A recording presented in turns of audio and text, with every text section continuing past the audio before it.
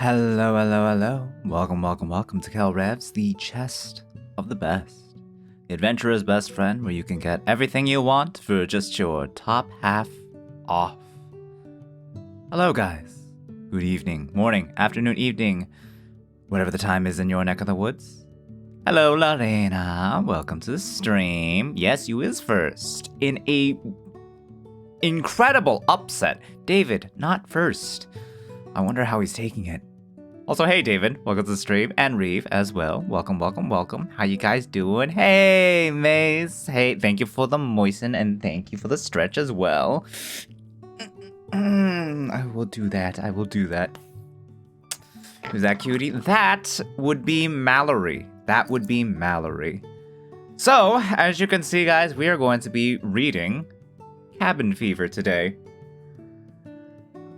The general story of it is that the world sucks. The world sucks, and we live off the grid, and lo and behold, a mysterious woman appears in our midst. And there she is, right there. Wow, okay. I'm talking about Mallory. So, do with that what you will. That information, if you will. Just finishing a Higurashi chapter. This game looks cute. Gonna give me a mood whiplash. Just a little bit of mood whiplash. Just a little bit. Maybe along the same line of, like, emotional, like, roller coaster as, like, Valhalla did. But maybe less zany. Who knows? Work on solo thesis. All right, Mace, take care of yourself. Don't overdo it. You also hydrate and stretch. You understand me? You also hydrate and stretch, Mace. What is this game about? Okay, so the world sucks. Our character lives off the grid in a cabin, just not in the city where everything sucks, and everything sucks in a after the end sort of manner, right? And our character is just doing their best to get through the day when all of a sudden a mysterious cutie appears. That mysterious cutie is that girl that you see right there, Mallory. So yeah, what if we refuse? I will out you. I'll out you as a non-drinker and non-stretcher. What are you gonna do about that? That's not my best threat, but watch out. You know, if you're not careful, if you continue to neglect yourself, we're going to have a very serious conversation between you, me, a slab of concrete, a roll of metal chains, and the Pacific Ocean. All right? So just bear that in mind. You keep that in mind, all right?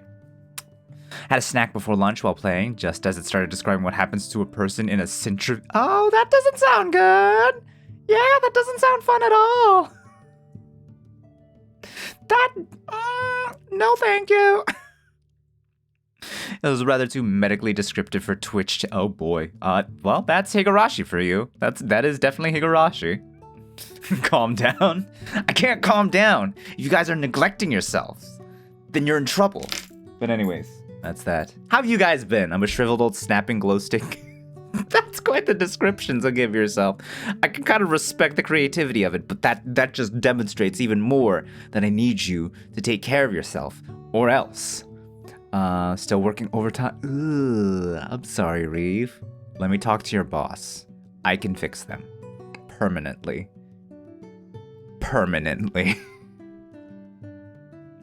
But yeah, how's everyone's Wednesday? Sorry for starting late. I thought I wasn't hungry before stream, and then literally right as the time came, I was just like, nope, I am in fact really hungry. I was like, okay, oh, well, sorry guys. Talk to me, make me not procrastinate. Well, hopefully, maybe Mallory can help with that. He's gonna grovel at their feet. I'm gonna rip their... You've heard of ankle biters. Get ready for an actual ankle biter. Love how cozily threatening. I'm not threatening. I think it could be debated. It's subjective, you know, as with everything. Did you eat the macarons? I did. I did eat the macarons. I only got one. I only got one of the macarons, okay? I almost went to get a second one after work. The kids have plenty.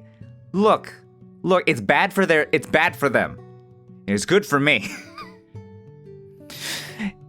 I'm looking out for them. Hey, Maddie, welcome to the stream. Can't sleep? Well, you just might by the end of this stream. Who knows? But hey, welcome. Hope you're doing well and hope that the school year is treating you well as best as it can. The kids? Yeah, the kid. Look. The macarons are good for me and bad for the kid. They're growing, okay? They're still growing. I have reached maximum height for myself. There's no point. All that's left is for me to end up shriveling up and like shrimping permanently. All right, I need what I can get, and what I want to get is macarons. And I, unlike them, can't afford it. They should be saving that money for a house. It's too late for me. But yes. Hate math. The quarter is ending Wednesday, and I have so much homework. Yeah, that's about right. But it's almost the end of the year, so winter break is right around the corner. So hold on, hang in there. Almost done. For like the first half of it, you're almost done. You're almost there. Hang in there. We're not starting this argument again because, as need I remind you guys, I'm just one of those people that kind of just sort of like enjoyed everything. The only subject that I really struggled with was history, but that was when the history was just like boring history. Well, it was when I wasn't interested in it, it was American history. American history sucks. And it was like a very broad American history as well.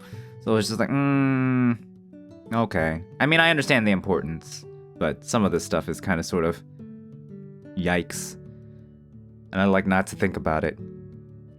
But if it's about a specific like group, then it's interesting to me. But yes, that's that. Anyways, I think it's high time we got started. We are starting late after all, so it's only appropriate that we probably start this little adventure. I don't know how long it's gonna take compared to like Valhalla. Chapter complete, time to decompress. Yes, let's decompress. I've seen a lot of people playing horror games lately. I will not name names. Butters, I just named a name. Whoops. But in my defense, he said it first. So we'll just move along then. Let's just move along then. This is Cabin Fever. I have turned off, there is a protagonist voice, but for reasons that I think are fairly clear, I have turned that off. Hey, how's it going? That said, I think that their voice is pretty dang, like, damn, I could melt to that. And hey, how's it going? Yeah, I can melt to that too, but I will be reading, otherwise it's just a watching. Otherwise, it's just all of us listening. I don't want to be a React streamer at any point in time. So, yeah. Voices are off. Almost 4 a.m. I'm crying. Yeah, I think a lot of us have sort of been there before, yeah. But it's okay. Hopefully this doesn't start too strong.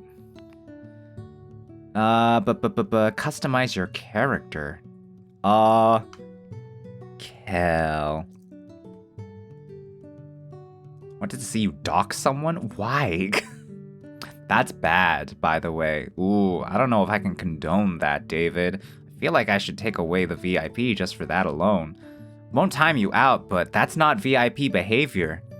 A certain React streamer. Yeah, a certain React streamer that got away with something that they should not have gotten away. Basically got away with something that they should not have gotten away with. Absolute. Oh my god. That kind of reminds me. What was the name of like that one character?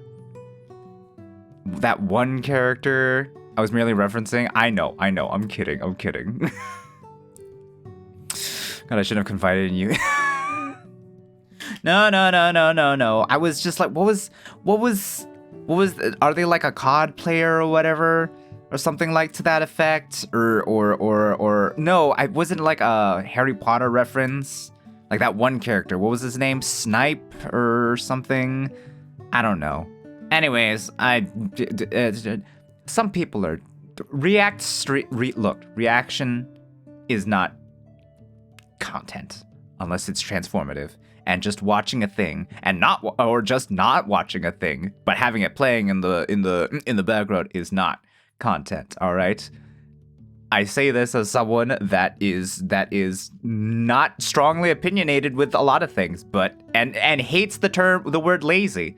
Does not like to use the word lazy because it tends to just be a buzzword to make people feel superior and stuff. But it's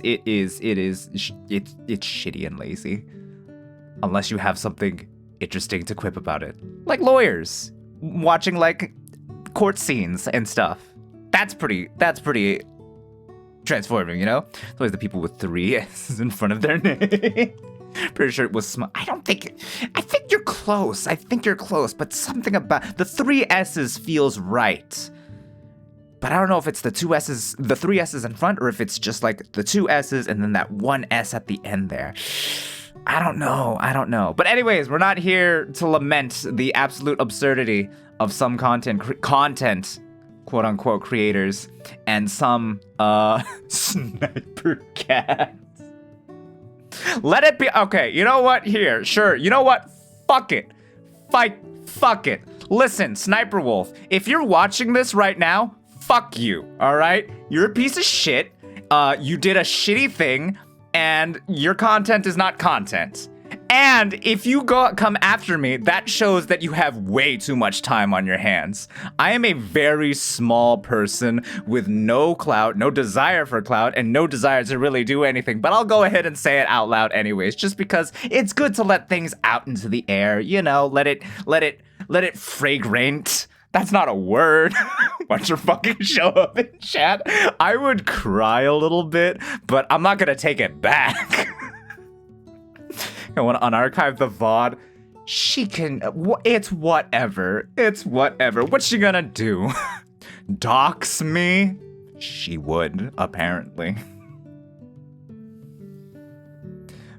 But if she does, that shows that she not only is she a lazy content, quote unquote, creator, it shows that she is just that fucking petty. So if she acts, I win. You understand me, Sniper Wolf? If you act on this, I win.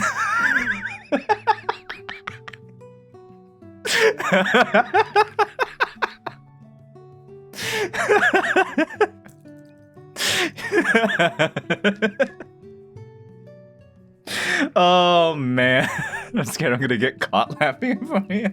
Let it out. Just I'm not the only person mad at her, so it's like whatever. But yeah, well, shots fired, and we're moving right along. Let's focus on someone else instead. Chiefly Mallory, right? Let's just focus on Mallory from here on out. I've let it out. It's good. It's good emotional intelligence to speak how you feel, you know? I can't always be a ball of positivity. I have to let the sadness out every now and then, you know? It's healthy. Well, that's not sadness. That's just me being, I don't know, I guess petty to some extent. But I'm kind of right. Just moving right along. Disclaimer, this game contains sensitive content and is intended for mature audiences. For more information about our content warnings, visit here. Please confirm you are over age of 13 and wish to continue. Okay, didn't know about that. All right, moving right along. Chapter 1, Prologue. Starting strong today, aren't we, guys? Oh, fuck!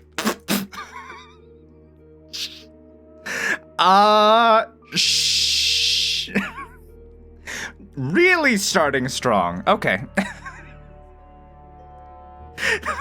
Oh. Well, wasn't really... Okay, didn't think about that part. I knew people liked this game because of how it related to when it first came out. I didn't realize it was gonna immediately throw that into our face. Whoa, okay. Is that coronavirus? Yeah, let's see. I don't remember much about the world before the sickness. I was just a kid when it started, too young to fully grasp all the changes happening across the globe. Looking back, it was as though some cosmic clearance bin of trashy dystopian paperbacks was spilling plot points out onto reality. That's a way to describe it, sure. You had your unknown virus, your slow-to-act world leaders, your extremists, deniers on one end, doomsday preppers on the other, and overall, just a heck of a lot of scandal and angst. Yeah, that's real, very real. It's a good thing I'm not playing this during the worst of it. What it boiled down to was this: stay away from each other. Yep, that simple. Because the sickness mutated so rapidly, spread so easily, and killed so many that preventing transmissions was the only way to stop it from wiping out the human race. Oh my god, it is the roni. A cure could be developed, they told us. Would be developed, they promised. Somehow, someday. Life changed. Everything, from school and work to medical appointments and family dinners, became virtual. And as it turns out, hosting an online society requires a lot of computer programming. What year did this come out again? It would be one hell of a coincidence. Unless it was intentional. But like, it can't be intentional, right? Like, well, hang on, let me see. let me check real quick. This game came out in, this came out in 2021. Never mind, it was definitely intentional. It was definitely intentional. Yeah. Well then, I can only hope that things turn out for the better in this story. It is labeled a romance. Like, a lot. Lucky for me, I'd always had a knack for stuff like that. It was easy to get trained and even easier to find work. When's the last time you heard a young person say that, huh? I did programming for medical services, government websites, automated manufacturing. There was no shortage of freelance contracts. That infectious romance. Oh, don't bring up the corona-chan. Of course, places like movie theaters, shopping malls, and restaurants died out. Even farms and factories became rare. So much of the workforce lost. Corona is the romance? No! But to be honest, I personally thought all of it was a net gain for the planet. Fewer people meant less pollution. War and terrorism dropped to an all-time low. Most people learned to be at least somewhat self-sufficient. As for me, well, since my parents both died not long after my high school graduation, I was probably more self-sufficient than most. I was alone for a long time. Long enough to be used to it. At least I was healthy. I had my routine, with lots of work to keep me busy, and the internet at my fingertips to keep me from getting bored. What more could I have wanted?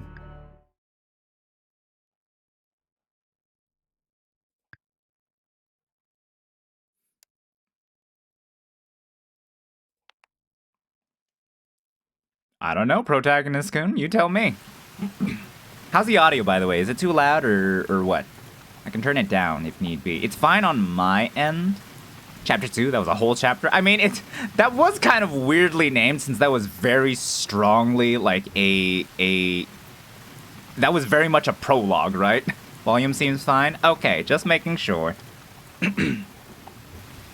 Audio good for you. All right, that's 2 for 3. That's 3 counting myself. Don't forget to count yourself. Self-love is important.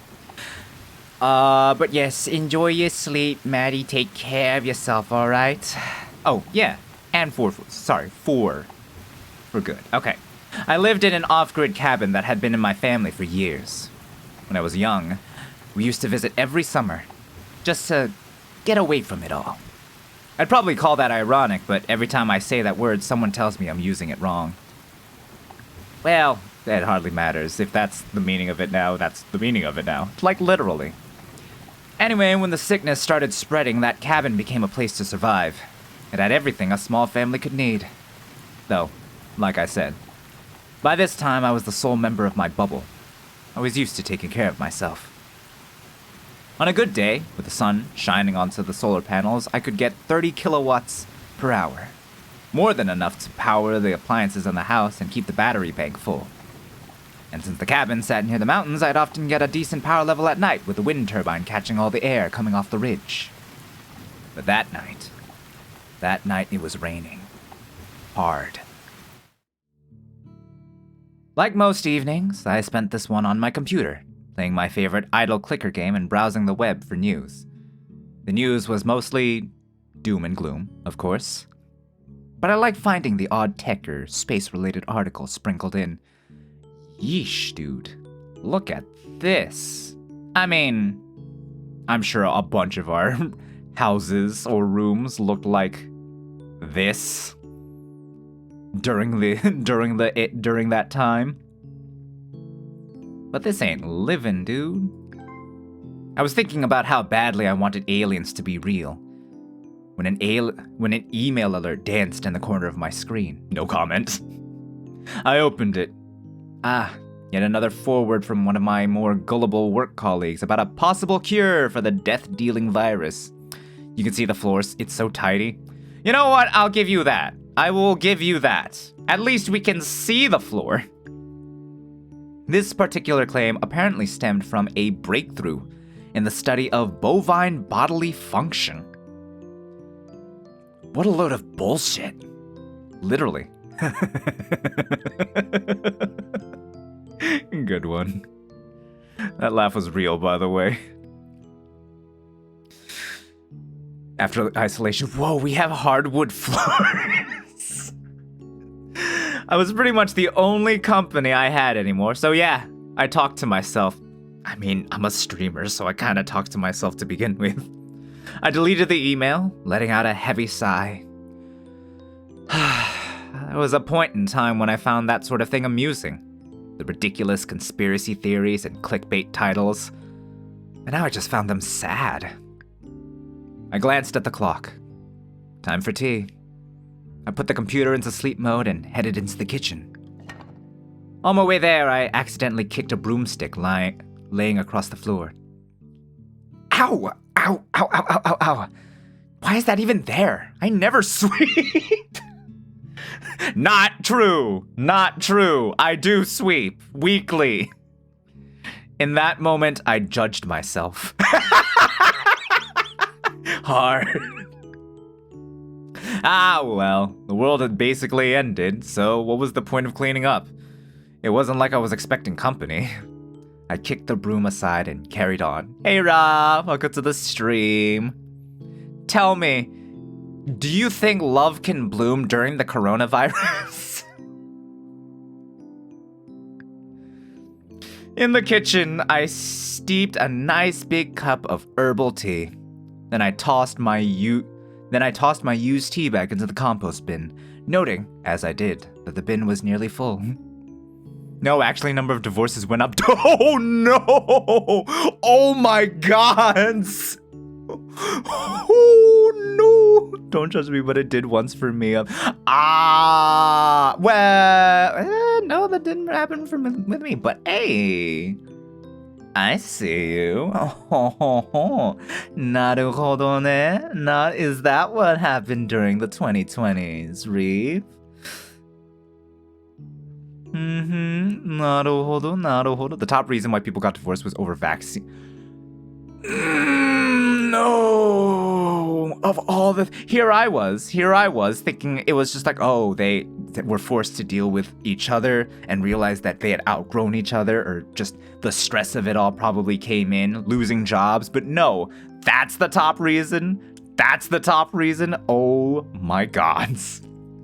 That stings a lot. One of them would want and the other said no, so they divorced. I mean, I hate that is like, that is a reasonable deal breaker rather than just like an that's it. What the fuck? Just time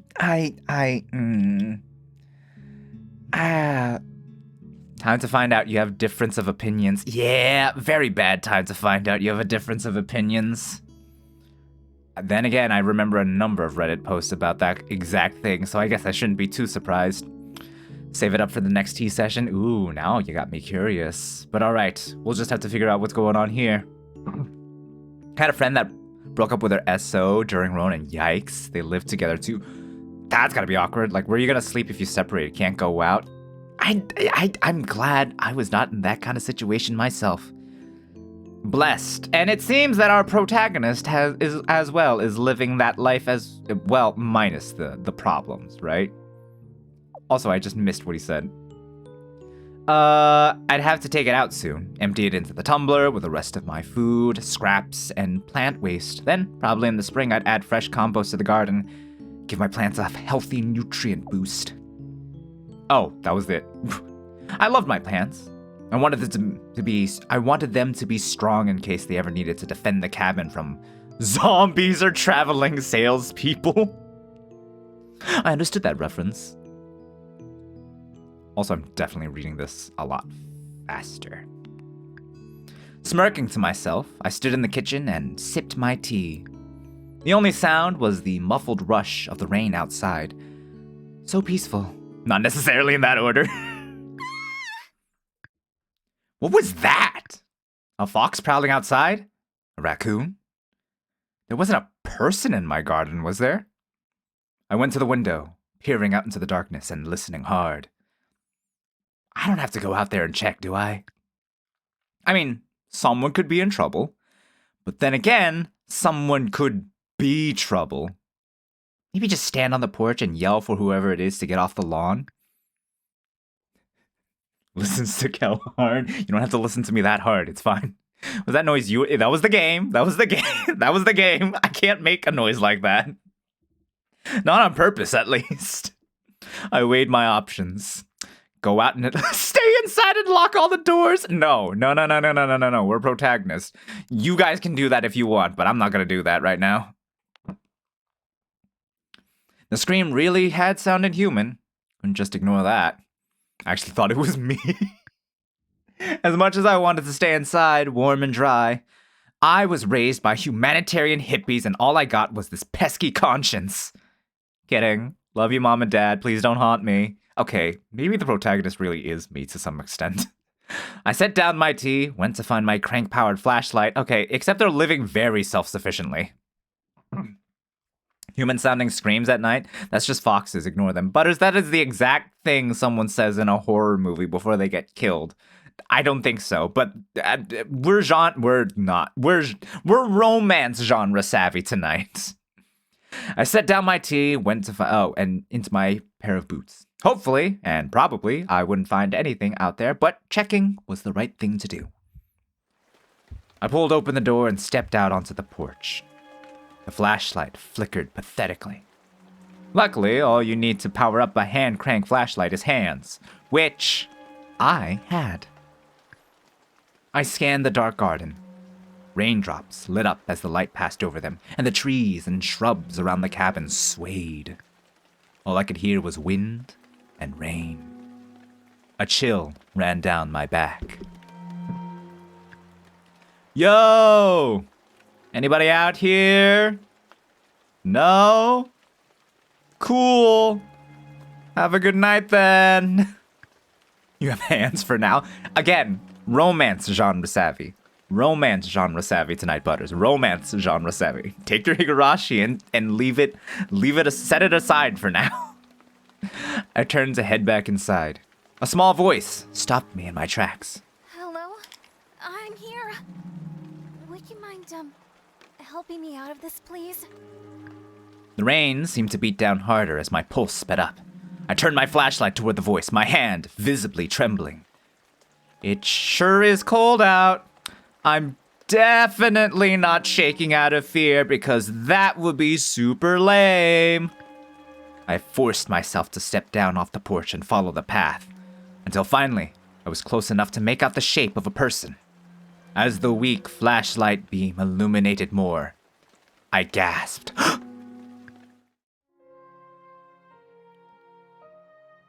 That whoever I'd been expecting to find, it certainly wasn't this delicate wisp of a girl. She was so pale, she almost looked like a ghost. Even her hair, long and clinging to her face in the rain, shone bright. Almost white in the glow of the flashlight. Behave! She crouched on her hands and knees in the mud as though she'd fallen. It's innocuous. It doesn't mean anything. It's fine. Relax. 100 questions raced through my mind. Where did she come from? How long had she been in the storm? Why wasn't she dressed for the rain? Was she lost? Was she sick? Say so check. It's fine. It's fine. She just fell down and lost her glasses. She lost her contacts. I tried to sound tough, like my dad would have. You there! What are you doing on my property? The young woman squinted against the flashlight. Please, I got lost and I promise I wasn't trying to steal anything.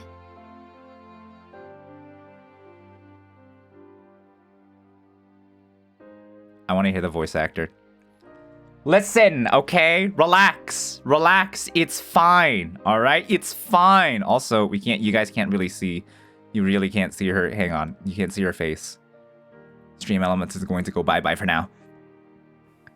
Her voice quivered, which I thought was kind of dumb. After all, she was the interloper. It was me who should be freaking out, which I was. Well, then explain yourself. Why are you just laying on the ground there? Seems pretty sus. Why the heck did I add that last part? What was I trying to do? Lighten the mood? Yes, because it's her face we should be looking at. You should be! That's what you're looking at, and that's what you should be looking at. You can see something else for sure. Behave. Say so stream. Say so stream. So dreams only sleep Stream Elements. For now. For now. The girl turned her head away. Was she trying to make me feel bad? Was she, God forbid, stifling a cough? I took a step back, unwilling to take any chances. I can't get up. Her matter-of-fact tone surprised me. I guess I was expecting some elaborate sob story and/or pleas for food or money or medicine. Could still be a trick, I thought. She could be getting ready to rob me. At this point, my flashlight was starting to lose its brightness. I stood there, cranking the handle to power the light back up. It was a long, awkward intermission, backed by the droning sound. No, don't. I don't like how you phrase that, Lorena. I don't like how you phrase that at all. Backed by the droning sound of the flashlight being worked, but the light was coming back on. I wound the crank a few more times to shine it brighter on her. Oh, fuck! The whole horrifying picture became clear. Somehow, the girl had gotten her leg caught in one of my animal traps. She must not have seen the rusted old thing in the dark, and it had grabbed her calf and torn it open. I'm pretty sure this is, not in use like this anymore. Okay, so this probably wasn't a trick. Oh my god, are you okay? I started to move towards her, but then my own legs froze in fear. Fear of getting close to another human. If she was sick, then I could get sick. But then I had no way of knowing whether or not she carried the virus, and right now she was hurt and trapped because of me. Are you sure you should stream this? I'm sure. Don't worry, I'm sure. I felt horrible. If I left her to fend for herself, I didn't get the 18 plus DLC, so it should be fine.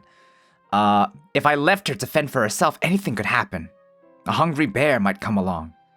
The weather could turn freezing, and even if she did manage to get herself out of the trap, she would probably develop an infection fast in such a nasty wound. Hey Joe, welcome to the stream. Don't mind this. A girl just stepped into our bear trap by accident. What game are you playing? I'm playing Cabin Fever. I know what it looks like. It's not what it looks like. Well, it's exactly what it looks like, but don't mind. It's fine, okay? It's fine. It's bad. It's bad because that's a very serious wound for sure. These are pretty sure they're inhumane and illegal. I know a certain bear who would be very happy to help. Stop. No. Stop. Stop. This is exactly what it looks like. Swallowing hard, I clenched my fists and forced myself to approach her. I had to get away.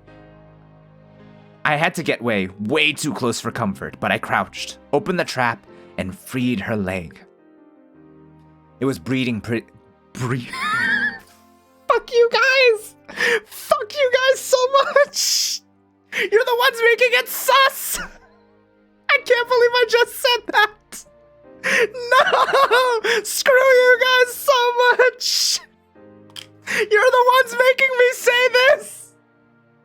No! No! I did not say that! I did not just say that! It was bleeding!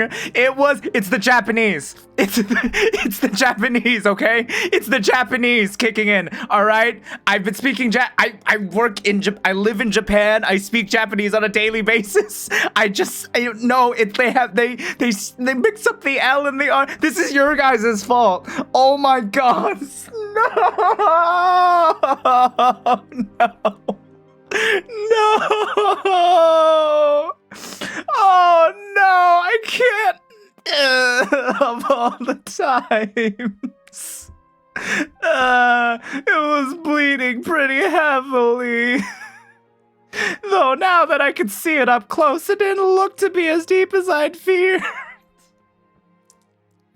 You can't just blame your porn on racism. Wait, hold on. What the fuck? Darcy, also Boku. Hey guys, how was everything? What's up? The last nail in the coffin. No, it's not. I'm say so. I'm say so. Luke, why? Sugar, why would you do that to me right now? Now is not the time for it. Oh no. No, no. Hello, Luke. Oh, thank you.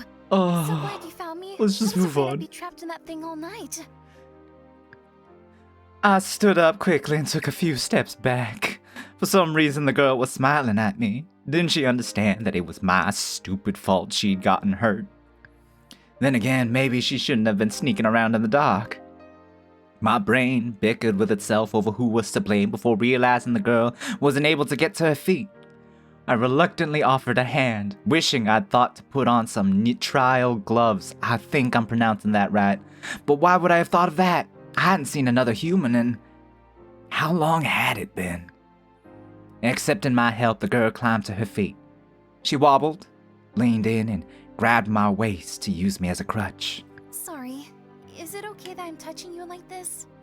Yeah, it's fine, because it's a say-so channel, and I'm say-so, and it's a say-so stream. Better not look in the Discord, I'll put it off for now. Her words sent a chill down my spine. Touching? Just the thought of it made me break out in cold sweat. No, not me. Get that out of here. No, I am say-so, and y'all know it. Y'all know I'm say-so. That was y'all's fault, not mine. I didn't say that, y'all made me say it. Her words sent a chill down my spine. Touching, just the thought of it made me break out in cold sweat. It's fine. Let's just get out of this rain. What was I doing? When had I decided to let her into my house? The warm light glowing inside the cabin was like a beacon, drawing us in. Well, said my brain to myself, I guess this is a thing we're doing now. I no longer needed my flashlight, so I tucked it away and used that hand instead to help it support the injured girl up the pathway. With my arm around her waist and her arm around my shoulder, it became very clear to me how small she really was. Small and delicate like a folded paper crane. A soggy, limp paper crane in a drenched dress that clung to her shivering body. Just then, my pant leg caught in something, a nail jutting out from the side of the porch. I felt the fabric tug and rip as we moved past. Great. one evening this was turning out to be. You and me both, buddy. You and me both. Once we made it inside, I helped the stranger sit down on a wooden chair. I made a mental note to disinfect that chair later and my clothes. Maybe even the flashlight. But first aid. No. I will do no such thing, Darcy. I will do no such thing. Hard no. Very strong no to that. Where did that... Oh, hang on. Give me a second. BRB. Chotto matte. Chotto matte. I will return shortly. Give me a second. Where is my... Where... Huh? Oh, there we go. All right, be right back.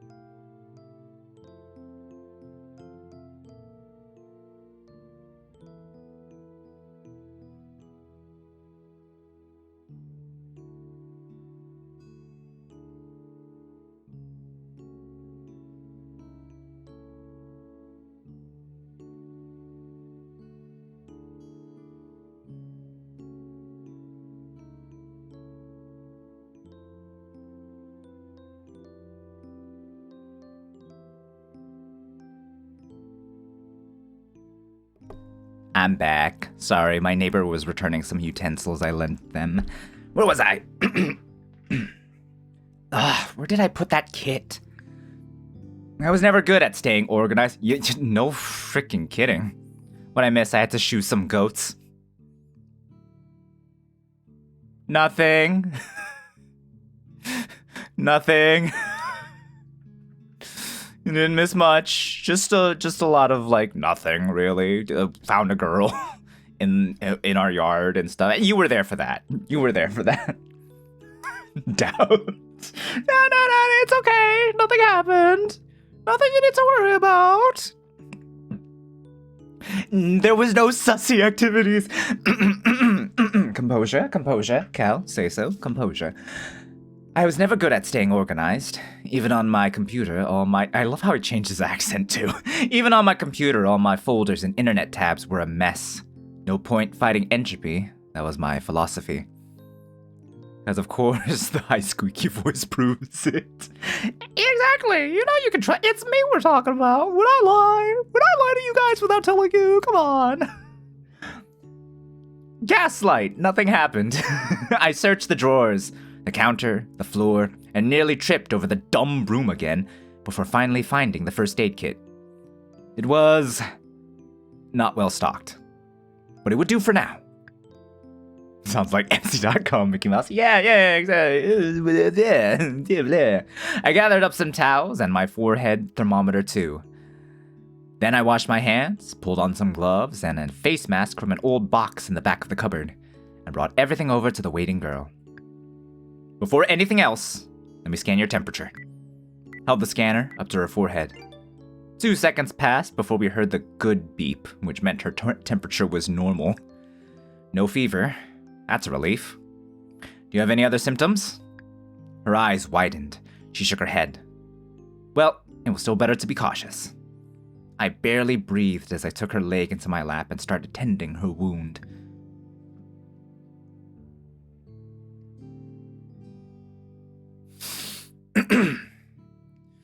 She didn't wince. She didn't wince or complain at all. She was tougher than she looked. I was the opposite, I knew. I looked mean, even when I wasn't trying, but on the inside, I was basically a fluffy yellow duckling with anxiety. Feet pics? Oh! You've heard about our recent addition to the shop, the feet pics?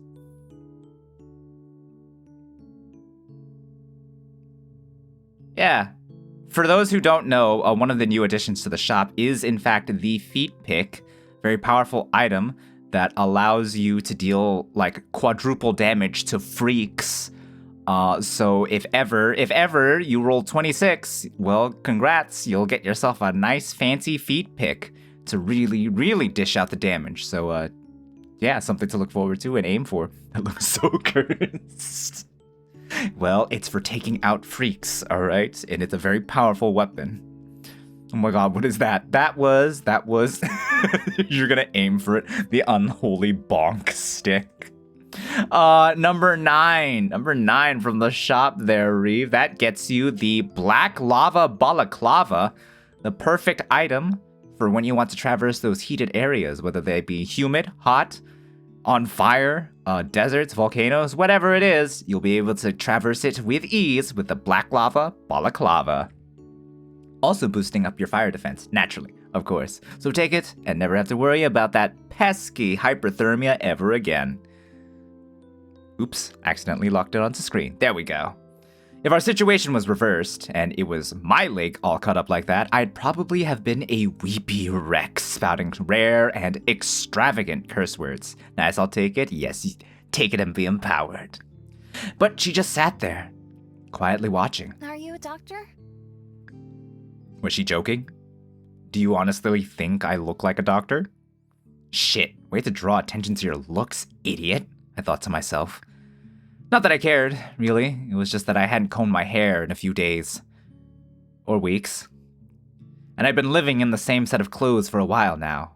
A ratty old t-shirt with a rocket ship on the front and a pair of jeans that had long gone out of fashion. How do your jeans go out of fashion?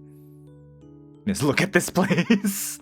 Hot, right? Hot, right? In another life, I might have felt self-conscious. Not about my teeth, though. Never about my teeth. Dentists were kind of a thing of the past, and since I wanted to keep my teeth for chewing purposes and whatnot, I was committed to practicing good oral hygiene. Well, I'm not sure what a doctor looks like, but you seem to know what you're doing, and you're a very kind person. So I believe you if you told me you were a doctor. I looked away, awkwardly holding a clean bandage against the gash in her leg. The towels I'd used to clean the wound were now a pile of blood-soaked, mud-stained rags on the dirty floor. Was I a kind person? It's just basic first aid. Not a big deal. Here, hold this. Put pressure on it while I wrap it up. Man, we're gonna have to amputate. No, she should be fine, she should be fine. Well, I mean, that bear trap is still pretty fucked up no matter what. Why do you even have that, dude? I wrapped a length of gauze around her narrow leg to hold the bandage in place. That should be okay overnight, but we should probably clean it again and rewrap it tomorrow. Her leg didn't leave my lap. Instead, she wiggled her toes and shot me a small smile. You're going to let me stay here? Huh? I looked up at her and instantly forgot how to speak because suddenly, I was struck by how pretty she was. I mean, the rain had really done a number on her, but still. She must have been around 20, give or take. Not too much younger than me. She was thin, but everyone was thin these days. With her, it was like she'd been built this way. Small and delicate and weightless. Her dress was simple, and a little threadbare. The rain had soaked through and I realized I could sort of see her undergarments. I quickly averted my eyes, my cheeks warming. I hoped she hadn't noticed me looking, because I really hadn't meant to look. You said clean it again tomorrow, right? The fancy you sinner. I did say that. The room seemed to spin a little, and my face went from feeling very hot to feeling very cold. Stay away from each other. That was the rule. What was I supposed to do? She really shouldn't be here. No, it's okay if she stays. It's fine. Where else is she gonna go at this point? Look how pitiful she is, said my brain. My brain was right, and I didn't know what to do except go along with it. Well, it's not like I'm going to just send you back out into the rain. How is this a challenge for me? It's fine. You're the ones making it weird. Not by yourself, anyway. Is there anyone else in your bubble? Anyone I can call to come get you, or... She looked down into her lap. No. Oh. Her response made me too nervous to ask any further questions. I just wasn't sure I could handle a tragic backstory at that particular moment. In any case, I knew that if my parents were still around, they'd never have sent this girl back out into the night. They'd have let her stay. At least until she got her bearings. I sighed, giving in. Okay, well, you can sleep on my couch tonight. We'll figure out the rest tomorrow. We really should stay at least 6 feet apart, though. Oh, thank you. Thank you so much. She nodded and gently removed her leg from my lap. I moved back, making more space between us, and sat to examine the rip in my pant leg. Meanwhile, my brain tried to fathom what was happening. I'd brought a stranger into my house. I didn't know who she was or where she'd come from. This seemed like a bad idea, and also a tad surreal. Damn, I liked these pants. Oh no, did you get hurt too? No, it's just a rip. Oh, that's not so bad. I got up and made even more space between us. She stood up too, testing her weight on her injured leg. Wow, it already feels so much better. You must have a magical healing touch. Compared to your leg? No, not at all. It was a nail that tore through the pant leg. Versus an actual, probably illegal bear trap. I was starting to think she might be one of those weird, optimistic people. Also, it was hard to think straight with her standing up in that very damp, very revealing dress. You need to take that dress off now! That came out wrong. What I mean is, it's wet and cold, and I'm sure you'd feel better if you changed it to something dry and warm. I'm sure I have some extra clothes you can wear. Really? Hot in the face, I ran off to procure a basket of old clothes from my storage closet. I hadn't worn them since my teenage years. They were too small for me now, but I'd be a good fit for her. Look, I didn't say it, okay? I didn't say it. Kel said it. Protag-kun said it. Here, take whatever you want. They're all clean. I dropped the basket on the table and walked backwards away from it. That's so nice of you. I'll get changed now. I watched her take the basket and hobble out of the room to change where I couldn't see. When she came back, I was surprised to see that she had chosen a button-down that was part of my old school uniform from back before everything went online.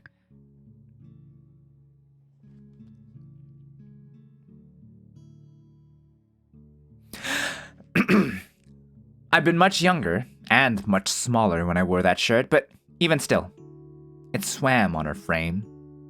It almost looked like a nightgown, which was probably why she had chosen it. I haven't felt this comfy since I don't know when.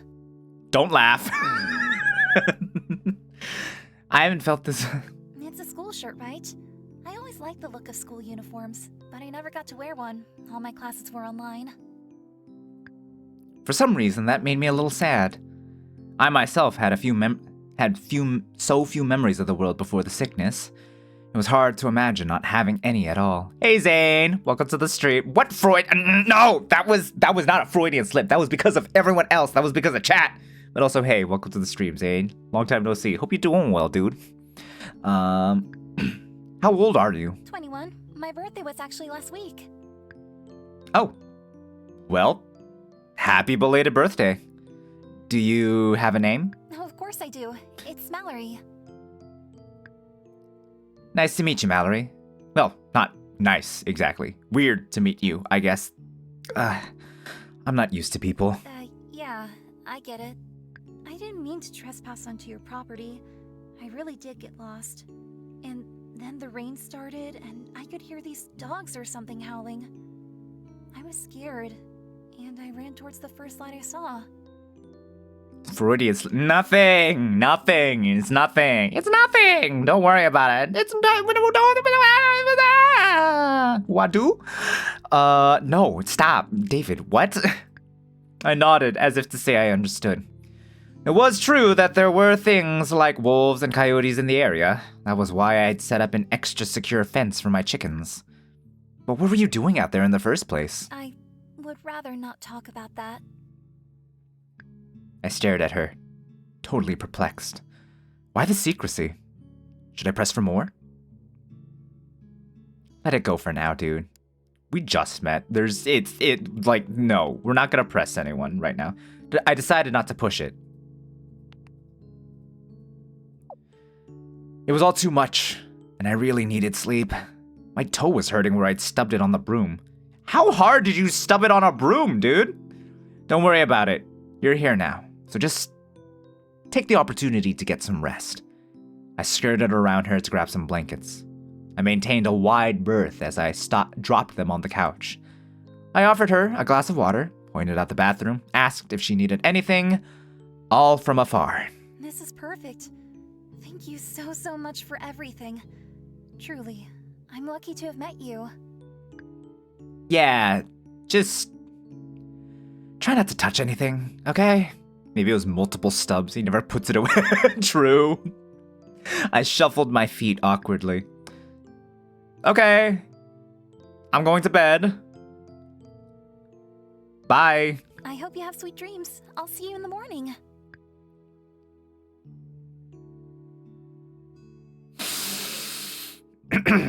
As I made my way up the stairs to my bedroom, I glanced back. Mallory was already curled up on the couch, looking quite cozy. I couldn't remember the last time I'd had anyone in my home, even briefly. I'd been so careful for such a long time. I didn't know where she'd been, or if she'd been as careful as I was. But when my gaze fell on her bandaged leg, a prickle of guilt surged up. Good night. I finished climbing the stairs and flopped down on my bed. I was so exhausted, emotionally puzzled, and mentally drained. It didn't take long for me to fall deeply asleep. I can see that this game has an 18+ version, doesn't it? It does. It does, but that's not what I went for. I saw the good reviews, and I saw people talking about how it was a nice, heartwarming story, and I was just like, I could use a nice, heartwarming story, but I'm not going to pay for it. And then I paid for it. Actually, no, this was a throne gift. Someone got this for me. They remained anonymous, but yeah, here we are. So again, this is all your fault. One of you. This is one of y'all's fault. Just so we're clear.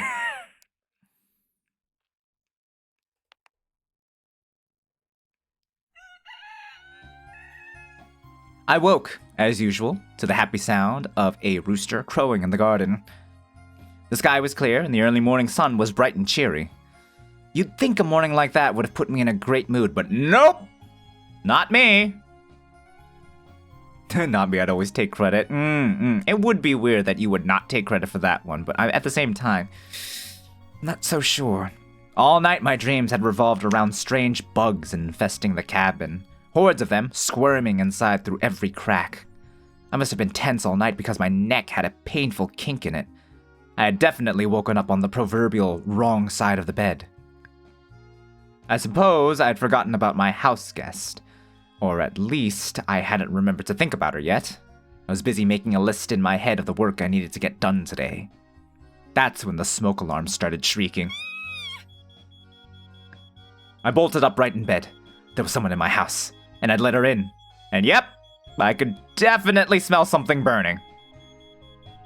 I rushed to put on some real, daytime clothes and barreled downstairs. Mallory stood in the kitchen looking mortified.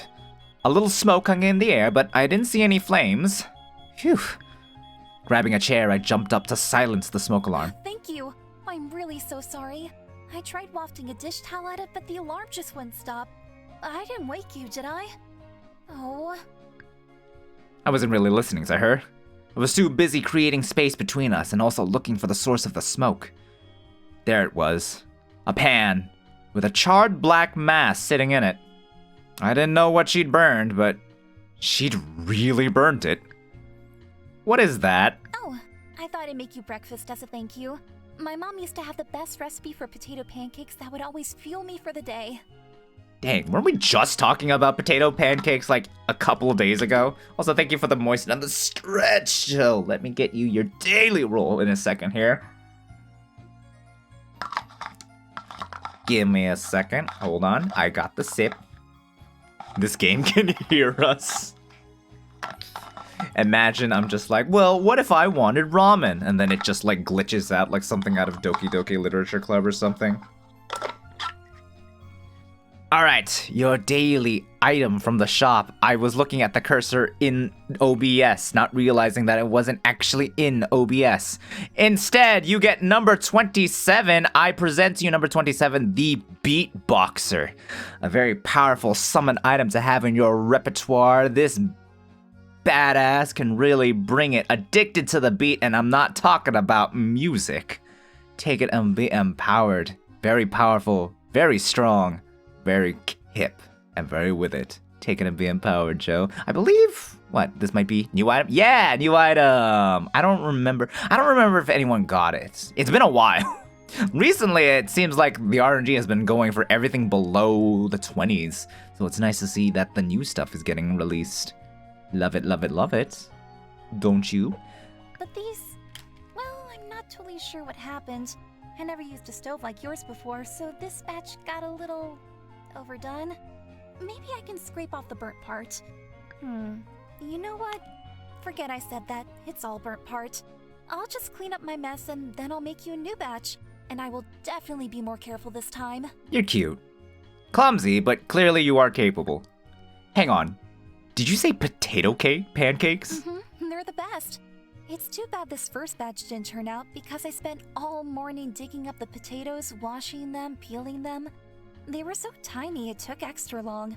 And I was worried you'd wake up before I could finish. Uh-oh. Wait, hang on. Luckily, I've got some other treats on the go as well, so you're not going to starve. Just let me turn on the toaster real quick. Wait. Hang on.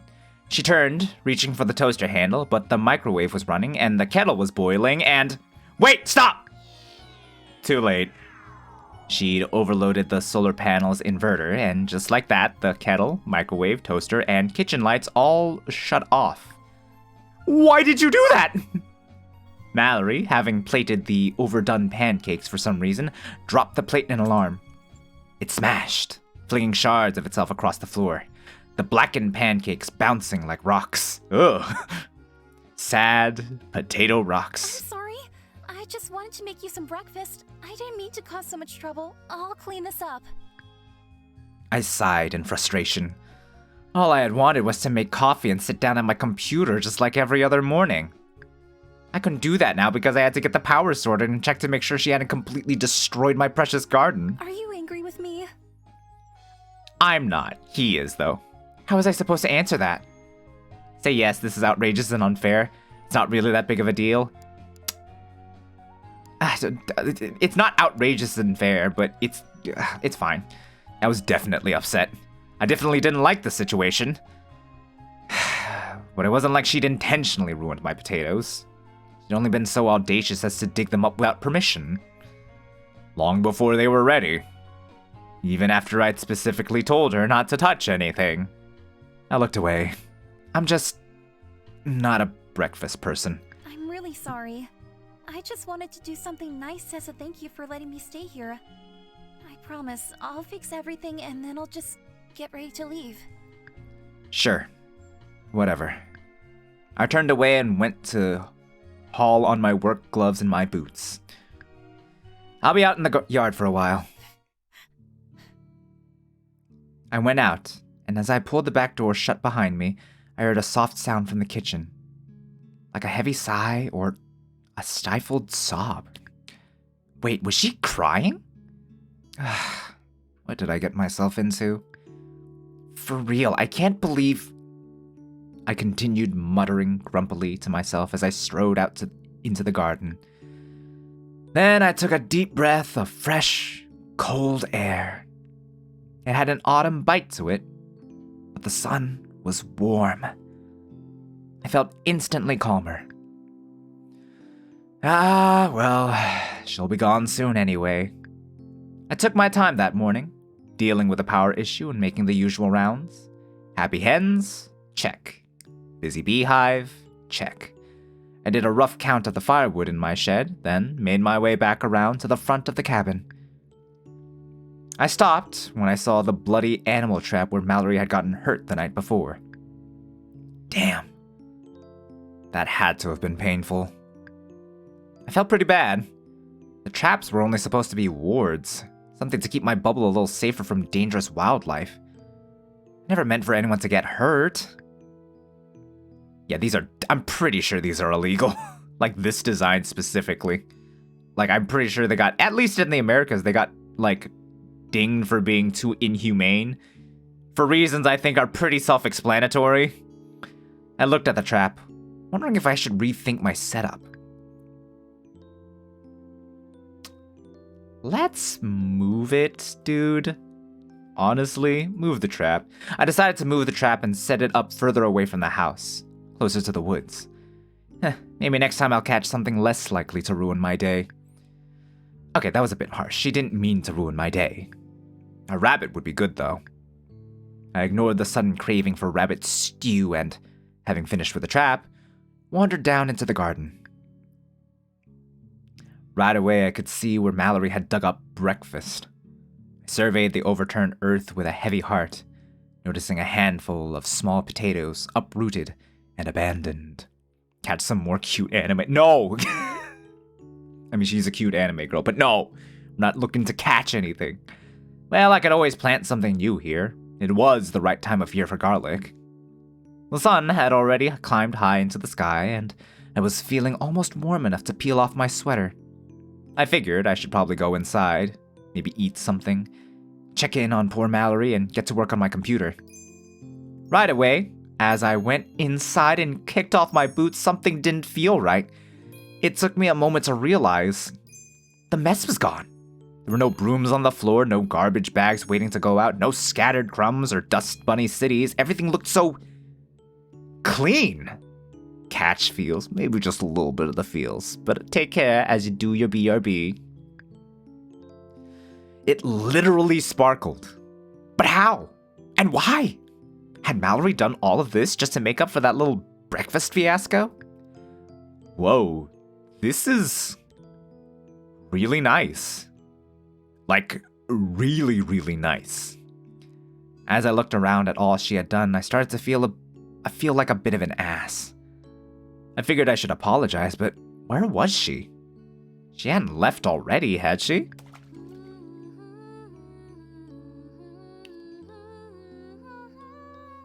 Then I heard something coming from the bathroom. The sound of splashing water and a small voice humming a happy tune. My heart sank. She couldn't. She wouldn't. Without thinking, I threw open the bathroom door. You really don't know how to have other people in your space, do you, buddy? The idea of knocking, like, straight up didn't occur to you? Like, at all? Like, you just didn't think at all to knock? Who the flip gave me sub last streams and why? That would be Quay, I think. But also, hey, Cassie, welcome to the stream! We stared at each other, both of us shocked at my intrusion. Then my brain kicked back into gear and I tore my gaze away from her, but it was too late. I'd seen everything, including the tub full of water. What are you doing? I was just taking a bath. I pointed in the direction of the bathtub, keeping my eyes fixed on the doorframe. That's my water supply! Oh, wow, you really are self-sufficient. Hey, welcome, Cassie. It's still warm if you want to use it. What? Did you not get it? That's my water supply, my fresh water, my drinking water, my everything water. What were you thinking? Why did you use so much? Panic was really setting in now. What if she'd run the cistern dry? I'd have almost nothing until the next rainfall, and who knew when that would be? Oh my gosh, I had no idea. I had no idea. I'm so sorry. I really didn't know. I'd never run out of water before, but that was because I'd always been so careful. This could be the very day I had so deeply feared would come. How do you survive this way? No, her towel is not going to slip or anything. This is not that kind of game, because I didn't get that DLC. And I have no intention of getting that DLC because I'm a Say-So streamer! It's like you're constantly wasting things. Is this why you were out in the rain last night? Did your bubble decide to kick you out because you don't know how to think before you act? Her mouth popped open. I immediately felt bad for shouting. Damn, he really was in a bad mood today. Just finish up in here. And don't drain the water, okay? I'll repurpose it for laundry or something. Yes, say so, Cal. That deal. I'm not. You can still get it off. Get it. No. I have zero intentions because that's not who I am. Okay? Sure, but don't misconstrue it. Narena, no. But also, hey, Cassie, welcome to the stream. I hope you're doing well. I hope your afternoon is treating you well. I consider it my job to make jabs at you now. No! This has been a say-so stream with no weird happenings whatsoever. No. It's say-so. It's say-so. I didn't want to acknowledge my own anger, bad, or the tears that had sprung into my eyes at what I'd said. Acknowledge it. In any case, I needed to check with the rain barrels. Like, right that second. I turned my back on her and walked away. For the rest of the afternoon, I sat at my computer, waiting for Mallory to leave. I just couldn't stop thinking about her. And by that, I mean I couldn't stop thinking about how naive, careless, and wasteful she was. Hey, dog, enjoy your lurk. Nothing to do with her shimmery eyes or how sweet she seemed to be even when everything else was horrible. Nope. Good news was I'd checked the rain barrels and the situation wasn't as dire as I'd feared. As long as it rained again sometime in the next few weeks, we'd be okay. You said it's autumn. It'll rain again, dude. It's fine. Still, I sat at my computer for a long time, entirely unable to focus on my work. When Mallory finally reappeared, she was holding the cardboard box of my old clothes. For some reason, she was still only wearing a bath towel. That made me feel all sorts of uncomfortable feelings, and I tried extra hard to keep my eyes on my computer screen. I pretended to type, noticed the box had more clothing in it than before. I even saw some of my favorites peeking out. We should ask her what she's up to. I cleared my throat loudly, and Mallory looked at me. What are you doing with those clothes? Oh, I was just going to go through them and sort out what's good to wear. I hope that's okay. Huh. That didn't sound too worrisome. Maybe she was finally getting ready to go? Right. You're welcome to take anything that doesn't fit me anymore. I'm sure you could use some warmer things to wear out there on your travels. What even is this visual novel? This is a visual novel about Corona. We have realized that it was not too subtle, but this was about a time when a dude who lived away from everyone, self-sufficient, taking care of themselves. Also, I completely forgot to say hi. Hey, Midnight. Why is she in a bath towel? She only had the one dress when she arrived, that's why. She only had the one dress when she arrived. But hey, Midnight, how you doing? How's the week been? Hope it's been treating you well. And hope your evening's treating you well, too. It's fine. It's fine. Don't worry about it, okay? There's nothing weird. It's fine. I'm say so. What happened to the dress?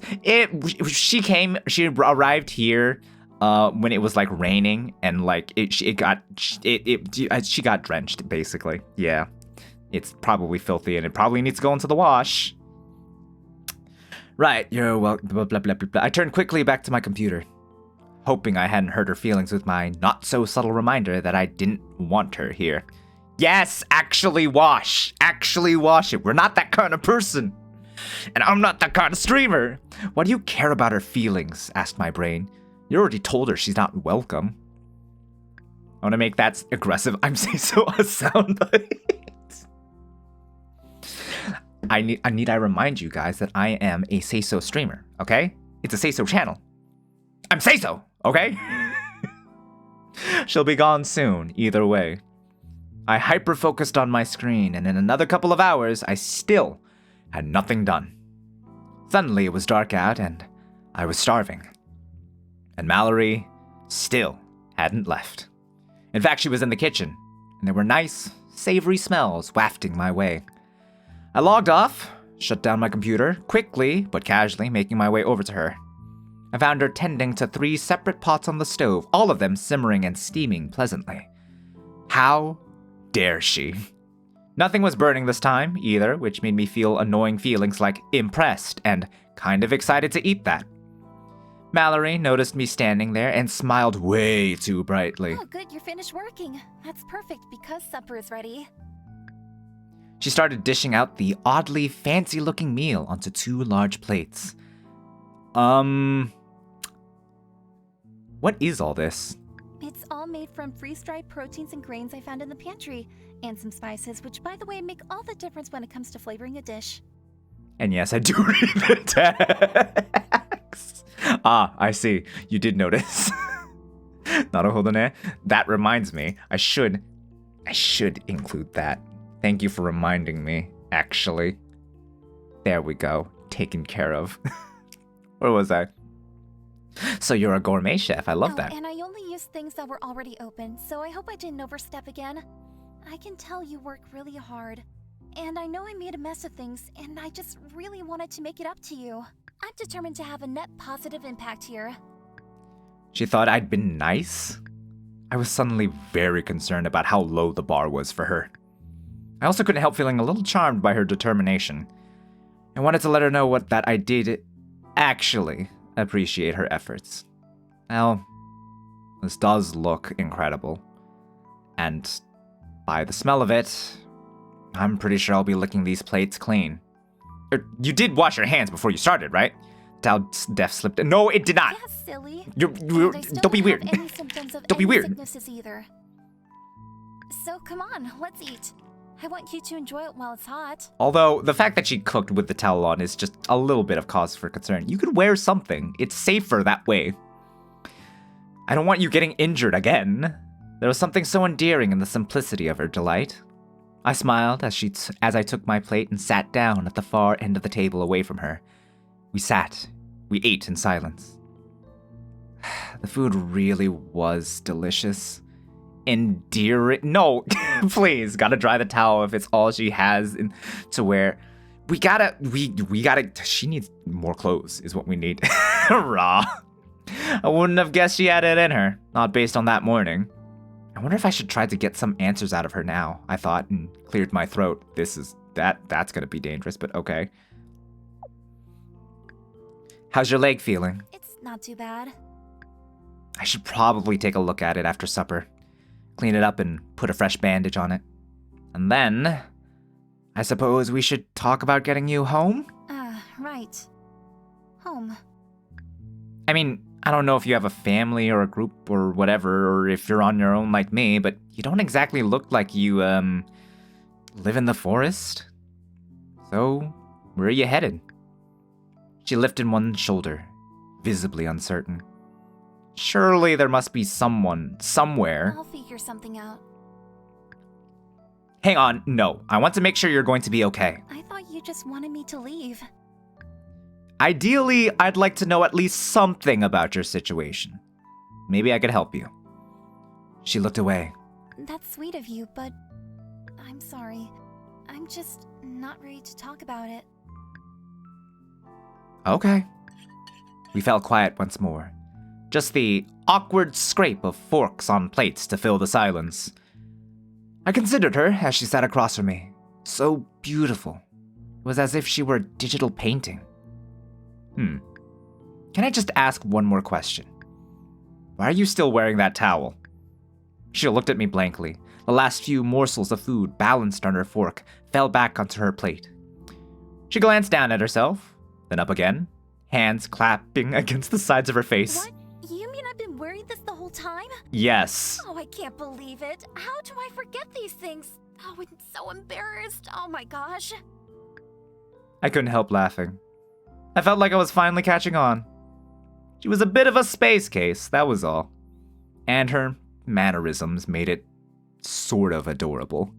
I'll be back to clean up as soon as I'm decent. Her efforts to flee quickly were hampered by her leg. She ended up limping away in search of her clothes, mumbling exasperatedly under her breath. Lies. She planned this. I don't know if she's obfuscating stupid. This seems genuine, personally.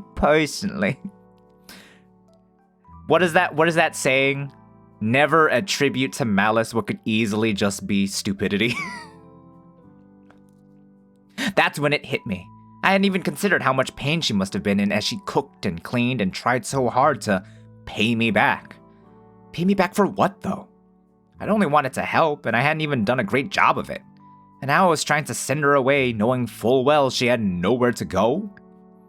Nah, couldn't do that. And now, I felt like I had to make things up to her.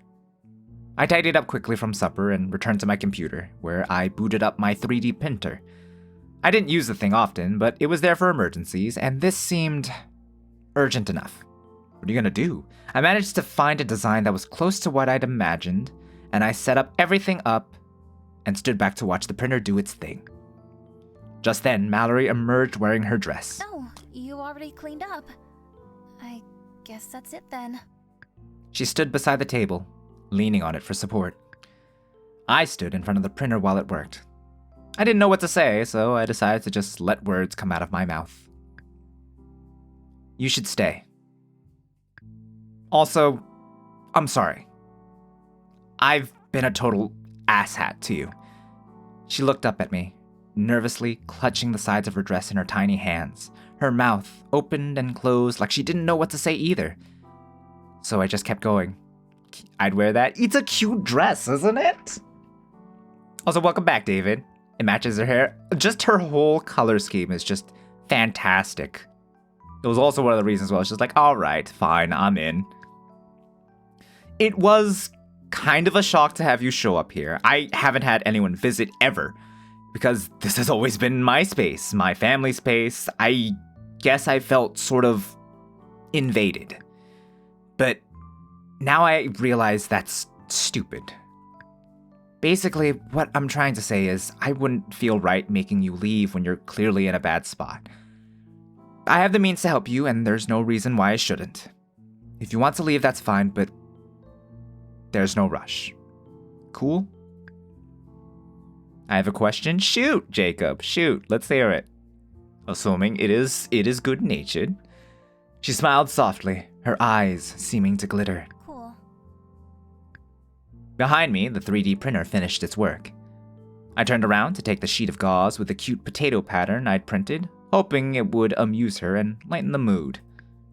Can I redress your leg now? The pattern on the gauze made her giggle, and she nodded, sat down, propping her leg up. I prepared once again for the uncomfortable closeness that was necessary for this task, scrubbed my hands, put on a mask and a pair of gloves, and went to sit by her with a first aid kit. We chatted idly as I cleaned and packed her wound. What type of game is this? This is a visual novel. It is a visual novel. It admittedly does have an 18+ version that you could buy, but this is not that. Alright? So relax. A lot of people praised it for being very spot on with living through the pandemic, alright? So just chill for a second here. Afterwards, I got her set up on the couch and bid her goodnight. I wasn't exactly tired, but I figured it was better to leave things off on a pleasant note before things got awkward again. I climbed up the stairs to my loft and lay in bed, staring at the ceiling above me. I thought about how angry I'd been with her actions that morning. Thought about how scared and uncomfortable I'd felt throughout the day. How was it that now, a matter of hours later, I could feel such a gentle fondness for the very same person who'd made me so upset? Moody hermit, I accused myself. Yeah, you're probably right, I thought in reply. And with that, I closed my eyes and waited for sleep. Not sus! In fact, my now husband and I did a trial run of living together when lockdowns were first announced. I never went back home. Oh my goodness, Cassie. Wait a second. Do you like him? Oh my goodness. Wait. Cassie. Goodness gracious, God, that's a bit spicy for this channel, though. Acceptably spicy, but like, I call me crazy, all right? Call me crazy, but I kind of get this sinking suspicion that maybe you just might like, you like this person. I think I like him just a bit. I'm kind of sort of picking that up personally.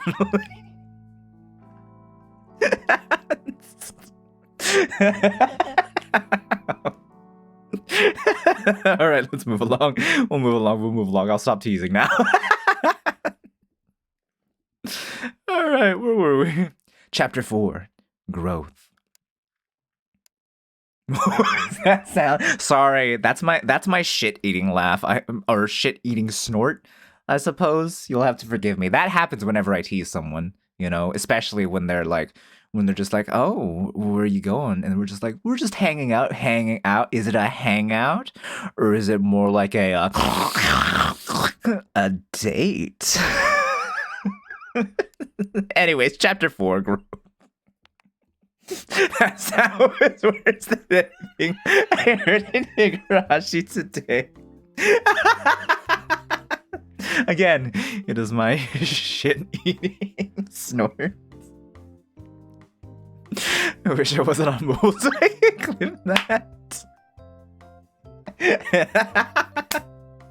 I hate it so much. You would not be the only person. You would not be the only person. So your feelings are valid, but I will never not do it when the opportunity arises. You've been warned. I slept soundly that night and woke up feeling surprisingly good. The sun was shining, my body and mind were refreshed, and once again, something smelled delicious in a kitchen-y kind of way. Hey, I could get used to this, thought my brain. I rolled my eyes at myself as I hopped out of bed. This was the start of a new routine. Had to be. Mallory was here now, and I didn't want either of one of us taking advantage of the other. I wonder if she'd like to learn about the systems I had set up for off-grid living. I definitely needed her to understand why certain things were important. Like conserving water, obviously, but she might actually enjoy being involved with the work I did on the daily. Maybe we could share the load. She could be the Sam to my Frodo.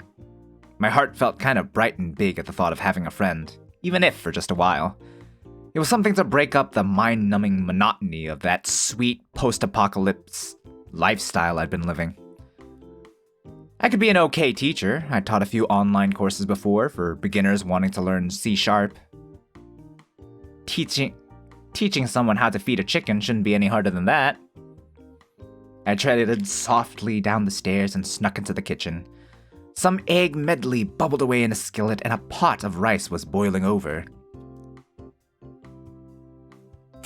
No, you can follow.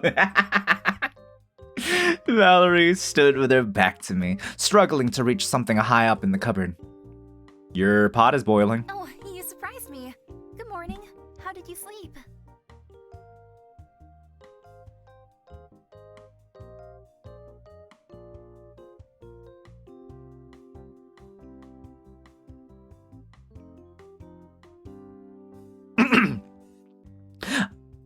She moved back to the stove to transfer the rice off the heat. Then she picked up the skillet and gave the eggs a good toss. I slept okay. How about you? She smiled, wiping her hands on her apron. It was my mother's apron, actually, and I was pleasantly surprised to see it. It had been tucked away in a bottom drawer and forgotten about for a long time. That's a good-looking egg for real, isn't it? I don't think you were ready for that. Yeah, I wasn't ready for a lot of things, but it's fine. It's fine. Delightful. Great. Your couch is super comfy, and that blanket is so cozy and warm. Good. I'm glad. Don't pop it. Ah. How do you guys prefer your eggs? Out of curiosity. For those of not everyone enjoys eggs, but still, for those of you who do, and don't anyone say balut. Don't anyone say it in the way that balut is prepared. Baked into a cake. That's fair. Not quite what I had in mind, but fair and valid. I didn't specify, so that's fine. Eggs. Normally just scrambled, but I love sunny side up on toast. Ooh, that's really good too. I'm more of a scrambled egg person myself as well. Although I do like a good omelet. I do like a really good omelet. Gods, I could go for an omelet right now. Like normal sunny side up, soft boiled, running yolk, aji tamago. Ooh, yo. Man, what else? Can't sleep. I think I'll just do homework until I have to go to school. That doesn't feel like the smart choice, Maddie, but okay. I know, gods, you only have like an hour or so before you go, don't you? Don't overdo it. All right. I used to hate eggs because of the smell, finally grew out of it. I'm kind of sort of the same with most vegetables, if I'm being honest with you. Although, except pumpkin. Have not gotten over pumpkin. But in my defense, it's Japanese pumpkin that I dislike the most. I do like that sweet Japanese egg. Is it tamagoyaki? Correct! Tamagoyaki. Oh, it's so good. Every now and then we get that for the school lunches. And it's great. But here we go. My gaze drifted to the open cupboard behind Mallory.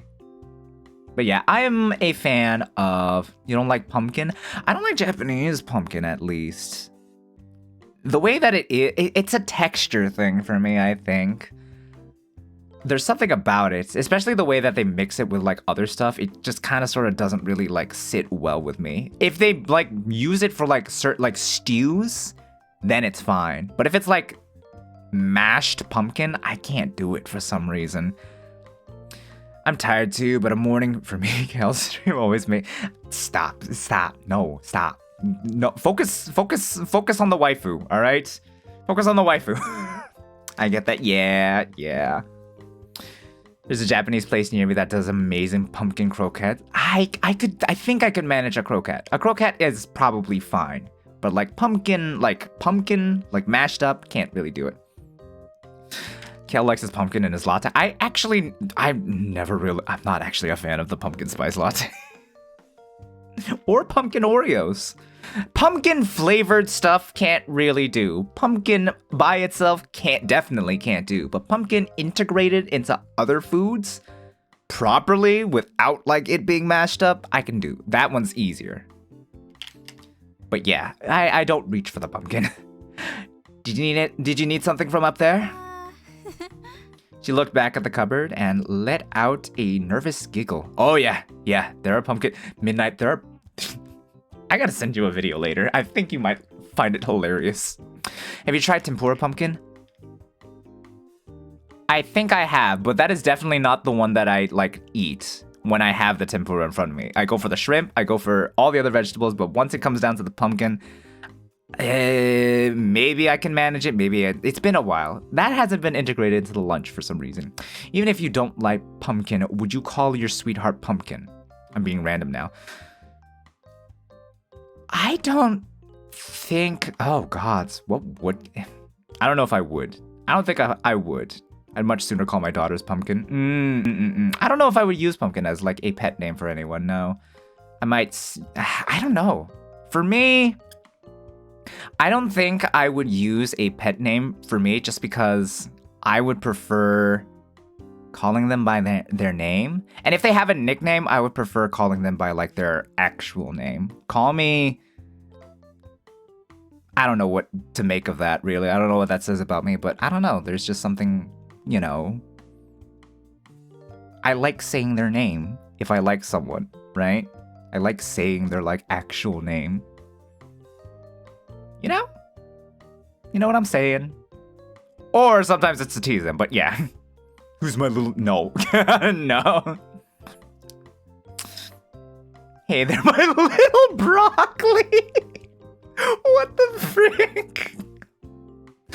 Oh my god. That would be a great, like, improv prompt. Not here, not now, but I mean, like in say, like, whose line is it? Where it's just like... things you would use that would be a weird pet name. Who's my little tortellini? It's like Sheldon going, my old man green beans. Oh, why? And then it's just like, you have to wonder, right? You would have to wonder, like, what the hell is the story behind that? If you heard someone speaking to their significant other, or just like someone else and using that sort of pet name, you caused this, take pride in it. It's just a crazy wild thing, right? Let him, my sweetest onion. That doesn't even make any sense.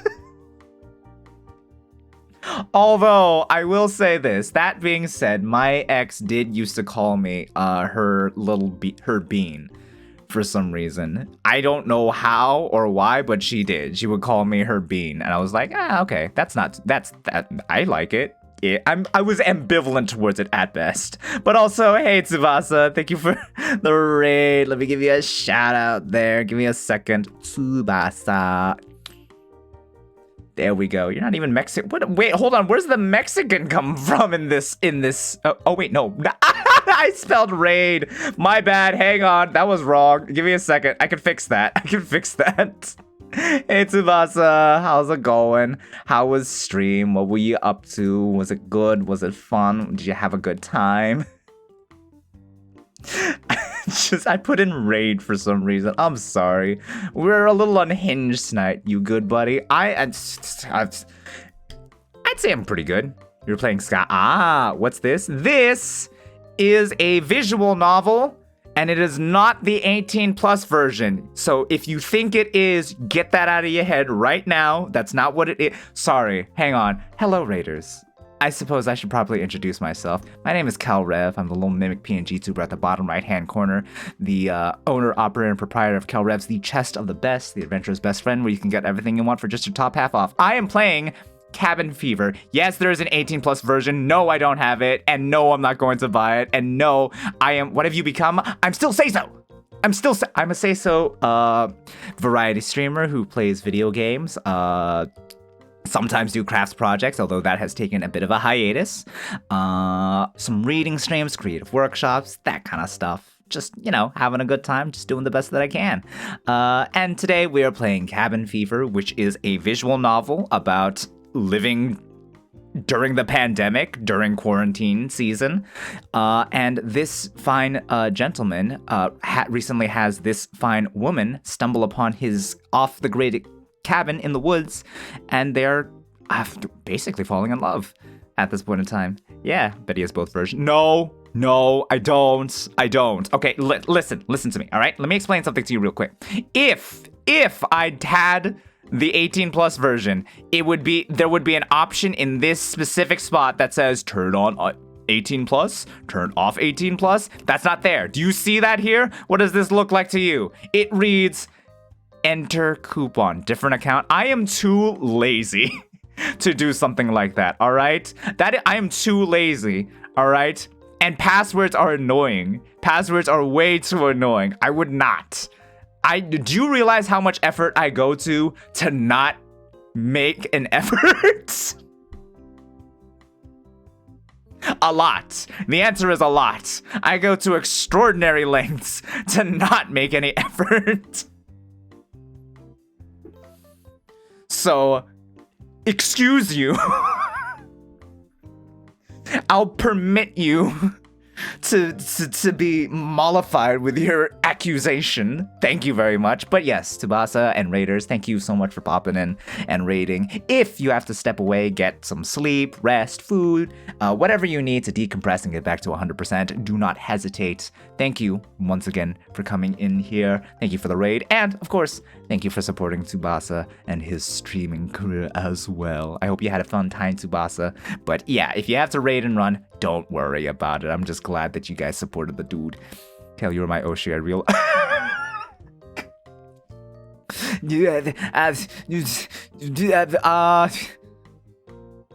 I mean, I guess that's not the. Is that? I don't know. I was gonna be like, is that the first time that has been said to me? I don't know. But I thank you, Cassie. Thank you, thank you, Cassie. That's sweet of you to say. I'm not running anywhere yet. Gotta see where the story is going. It's not bad. It's not weird. She looked back at the cupboard and let out a nervous giggle. Yes, please. I was looking for aspirin and I thought I saw a bottle up there, but I couldn't really reach. I didn't want to risk standing up on a chair or something with my leg. Kel's my ocean. Thank you. I appreciate that, Midnight. And I appreciate you too, David. I appreciate all of you, all right?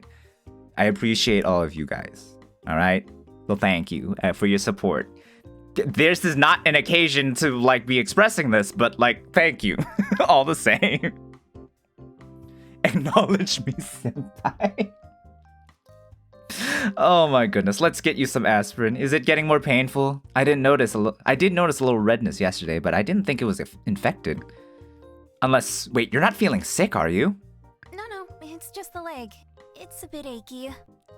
I express what I think, I'd say it because content. Fair enough. I can't deny that sometimes that also sort of like is a little bit of the motivation every now and then. Oh my goodness. Thank you for the gift sub, David. Thank you. Please let me know if I go overboard. Don't worry, you'll know. I'm honest about these things as well. I motioned for her to switch places with me, keeping some distance between us while I reached up and grabbed the aspirin bottle out of the cupboard. It was still half full, yet I hesitated a moment, reluctant to share my supply. But then I could order more, along with that first aid kit I needed to replace. I set the bottle on the counter and stepped away so Mallory could take it. She smiled so brightly that dimples appeared in her cheeks. Thank you so much. You're the best. I pressed my lips together, trying not to smile. Just smile, it's okay. We were still standing too close to one another.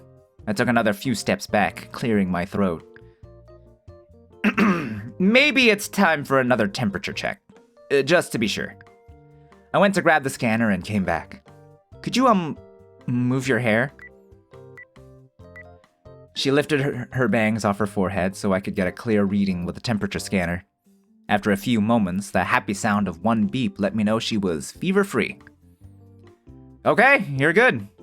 But we should keep distancing until enough time has passed to know for sure. Mallory nodded as she untied her apron.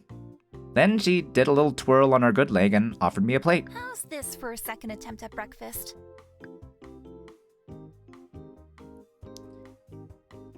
Shit, it looks great. The food looked glorious.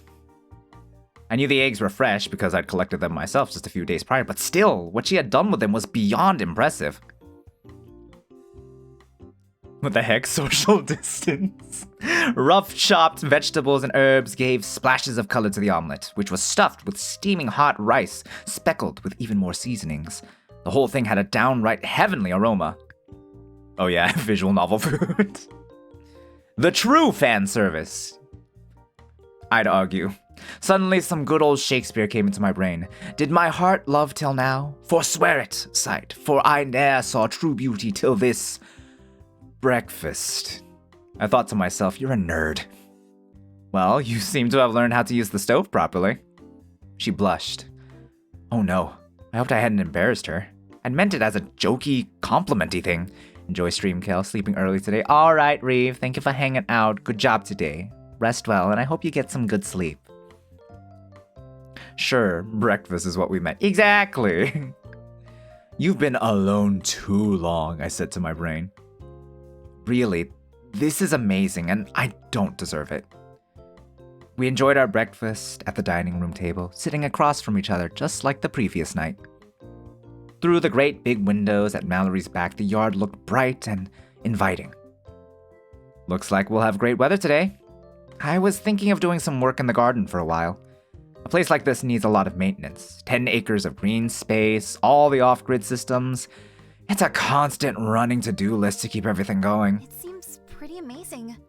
Is it hard to take care of it all by yourself? It can be hard work, but it's worth it. Well, what can I do to help? I looked at her, a little surprised.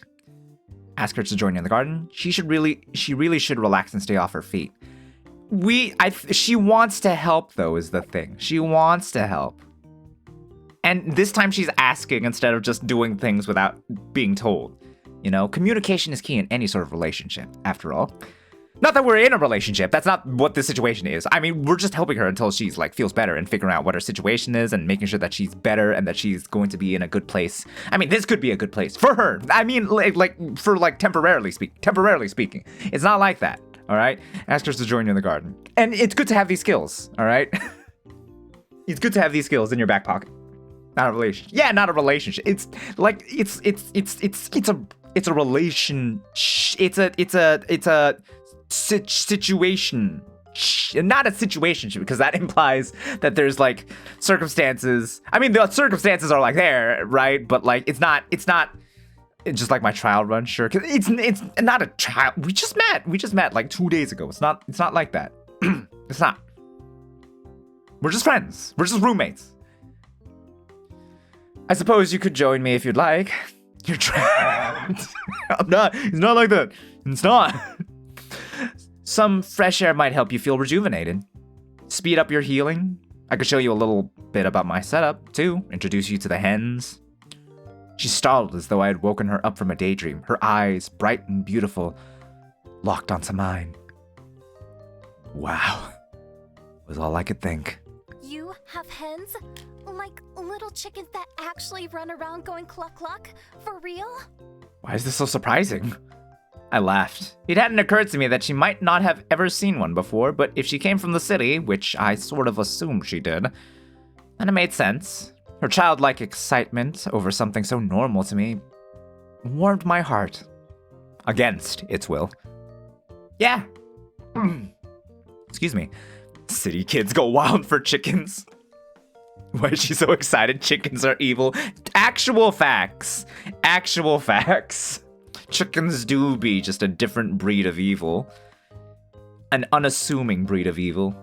Yeah, I have fish too. You want to meet them? She raised excited fists, practically bouncing in her seat. Yes, I do. I really do. Okay, let's head outside then. She jumped up, the very definition of bright-eyed and bushy-tailed. Her enthusiasm was infectious. It made me feel more lively, too. I thought about insisting we both mask up if we were going to be spending the day in close proximity, but I thought about it some more, and since we'd be outside with lots of space all around, and since neither of us had any symptoms, I imagined it would be fine.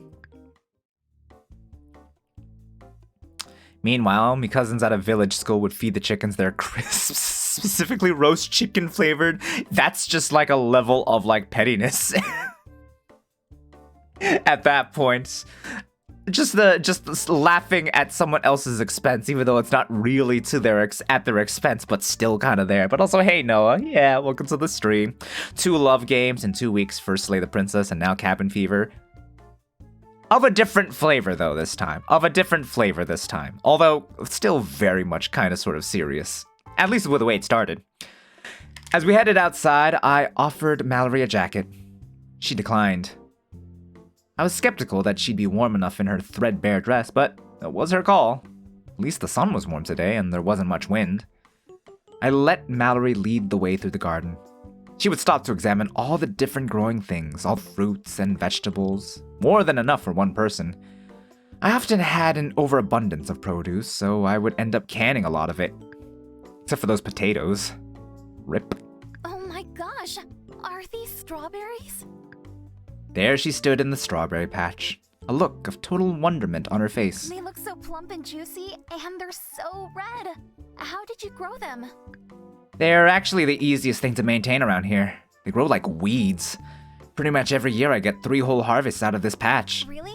What do you do with all of them? I make my own jams, put them in salads, make smoothies, things like that. I dehydrate some for easy snacking too. But I think they're the best right off the bush. You're welcome to have some. Her eyes widened. They were huge and they were actually twinkling now. How did she do that? I've never eaten a strawberry before. Are you sure? Wait, what? Okay, it's one thing to have never seen a chicken or a fish. No strawberries neither? You're like 20. You said you're 20. How have you lived 20 years without eating a strawberry? Never? Jeez, yeah, help yourself. Just put your index finger and thumb right behind the stem and pinch it off.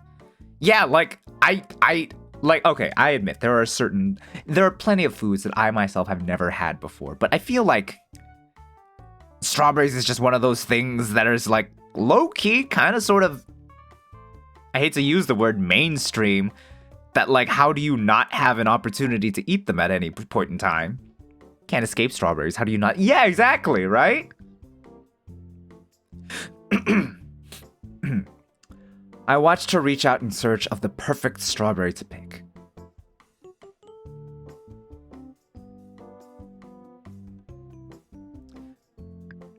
Watch out for slugs. She paused, stuck her tongue out at me in jest, and selected her first strawberry. Oh, wow. These taste just like sunshine. I could eat these every day. I feel a lot of the time if someone's never had insert food, it's because both their parents happen to not like them. Oh, that's a shame though. Why would you deprive your child of like at least experiencing it? No, actually, hold on. Maybe that's kind of sort of fair. Cause like if it ends up that your child doesn't like them, then that means there's a whole household. There's a complete household of people that won't eat them. And people are antisocial. Who's gonna give that away? I had a friend who'd never eaten honey, for example. Where's it? Midnight. Just a slight misreading because parents are shitty at times. Fair, no getting around that. Certainly, as a teacher, I've certainly had my fair share of horrible parent stories. Luckily, I've never been in charge of conferences, but I do hear the stories. Feast away. I couldn't help but want to offer her everything just then. The happiness radiating off of her was like addictive or something. Oh, look. This one's shaped like a heart. Look back my word. just a little bit of the vague pronoun game there, yeah. Ooh, this one here is huge. Look how shiny and red it is. It's like something out of a picture book. Aw, there's a little bug munching on that one. Enjoy your meal, little bug. I smiled to myself. While Mallory chattered away, eating strawberries by the handful, I picked up my rake and started taking care of the fallen leaves that were encroaching on the garden. Mallory noticed and came over. Can I do that? Her smile was brighter than the sky above us. Oh, no, that's okay. You need to go easy on your leg. My leg feels fine. Please? She just looked so earnest. Reluctantly, I passed her the rake. While Mallory took care of the raking, I made my way to the other end of the garden where I worked at pulling up weeds. Pretty soon, I had a bucket almost filled. When I looked around for Mallory, I saw her standing beside her leaf pile in progress, pausing to catch her breath. She's sus? Why is she sus? Why do you think she is Corona? Everyone knows Corona-chan looks different. Corona-chan has like those like... that hairstyle of like twin buns on the top of her head. Canonically. Look, not everything I play is going to have some bizarre twist, some wild twist in the end, guys. Pretty soon, I had a bucket almost filled. When I looked around for Mallory, I saw her standing beside her leaf pile in progress, pausing. Oh, I read this.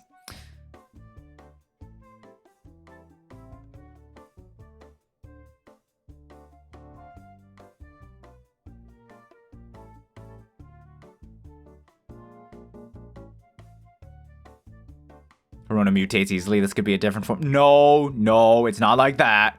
No, I'm pretty sure she's normal. Although what she has done is definitely not normal. And that is a shirt, not a dress. It's a dress still, all things considered, and the form of it. It's admittedly a very short dress, but still. I felt bad for letting her take on the raking. She'd probably end up feeling pretty sore afterwards. Still, it was nice to have the help. I can already tell that the chores would go quicker this way. There's no way it's covering hair. It's form-fitting. It's form-fitting, okay? It's 60% of a dress anyway. Why doesn't she have pants?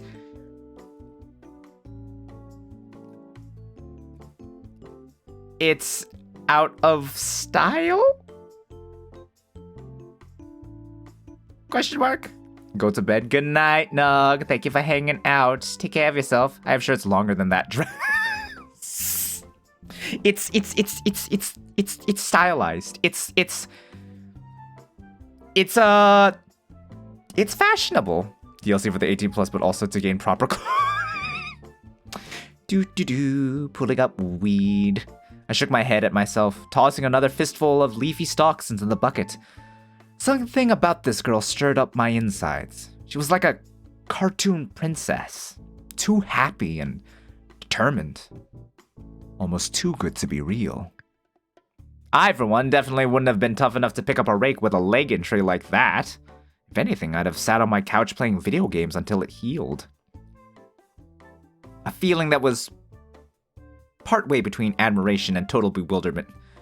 That's not even how you hold a rake. She is holding it like a broom. I just realized. You're totally right.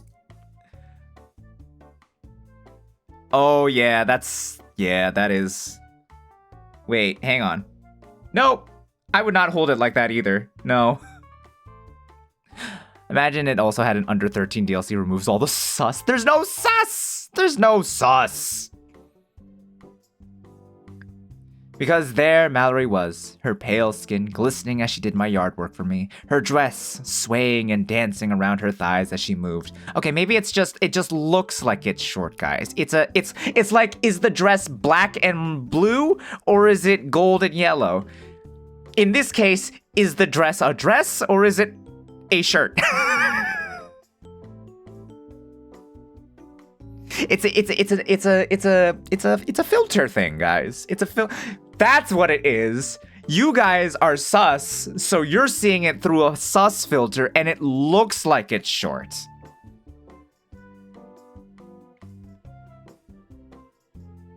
Am I right or am I right?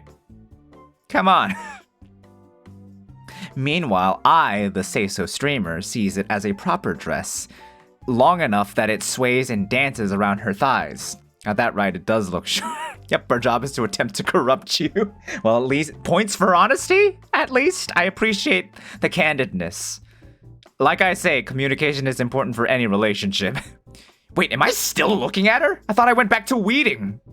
I had to put an end to this distraction. It looked like Mallory was just about finished anyway, so I carried my bucket over to her. Looking good? Work. Good work, I mean. Let's move all this stuff into the compost bin. Okay, what's that? I showed her the bin, and as we filled it up with weeds and old leaves, I gave her the rundown. Basically, I put all the dead plant matter and vegetable waste I have into the tumbler. Since it's a sealed container, it traps lots of heat inside and helps the stuff break down. See the handle on the side? I use that to turn the tumbler so everything gets mixed together.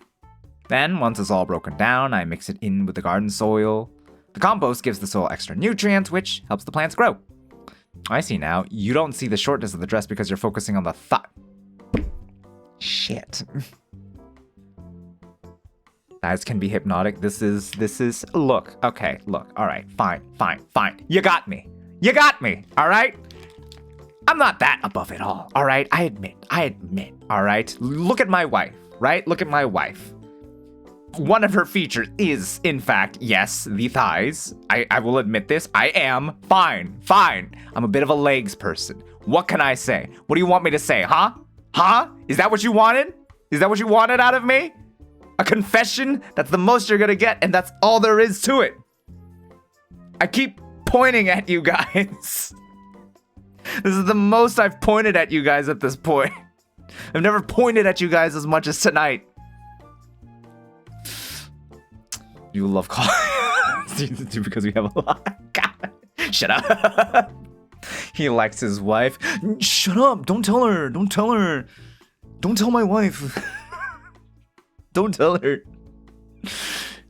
What if she doesn't like me like that? I'm glad you could finally admit this to yourself, Kel. This is the first step to healing. What healing? What needs healing here? You know what? One of these days, I'll find what I need to know. Anyways, it's kind of like the circle of life. I save all the peels and ends from the produce I eat, turn them into compost, and use that to grow more stuff. So the garden really provides its own nutrients for the next crop of plants that grow there. Oh, that's amazing. Honestly, everyone should be doing this. It's a big part of reducing waste. Honestly, yeah, I wish honestly, maybe I should get a compost. No, I'm moving out soon. And I eat everything fresh, so it's fine. It's like a big, friendly leaf monster. Nom nom nom. She fed the last of the garden waste into the mouth of the bin, then patted the top of it as though praising a good dog. Hey, Asher. Welcome to the stream. Good morning, afternoon, evening. Morning. Afternoon. No, evening. Good evening. Hope you're doing well. Nearly snorted with laughter. She was too pure for this world, really. For a few moments, we stood together, admiring the garden. It looked so clean and healthy now. Then, with a twinge of anxiety, I noticed how close we were to one another. How closely we'd been working. We got a turnable compost when we got our first bearded dragon because so much veggie waste. Never will go back to not having one. Honestly, that sounds smart. Back when I was in my gardening club, we had a compost bin, but it was, you had to like turn the soil manually.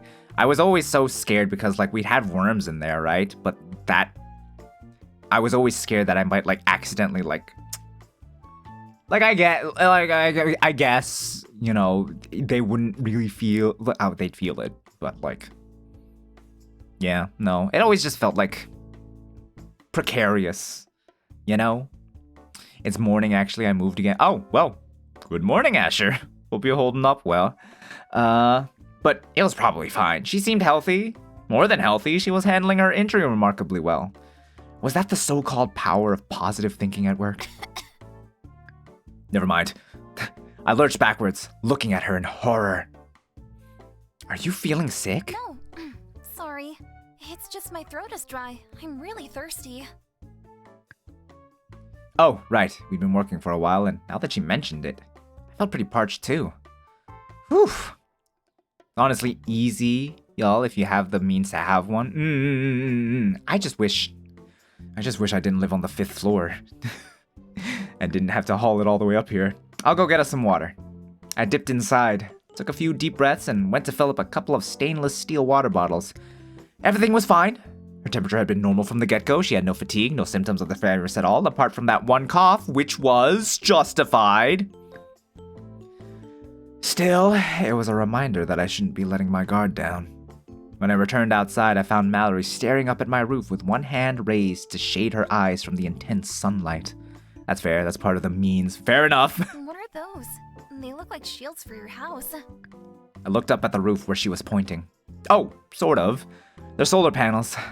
And they look like they could use a sweep, actually. Why? What are they for?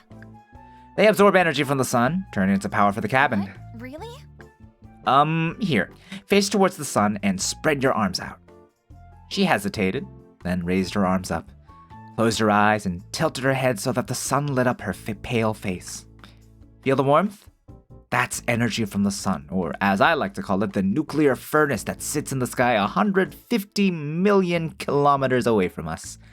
The solar panels take that energy, convert it into electricity. That current makes its way down to a charge controller, which turns the current into voltage for the batteries. The computer, appliances, and lights are all modified to run off that DC voltage. Sus Corona Girl doesn't know sun panels. It is weird that she is like weirdly unknowledgeable about a lot of stuff despite being like, by her own admission, 20 years old.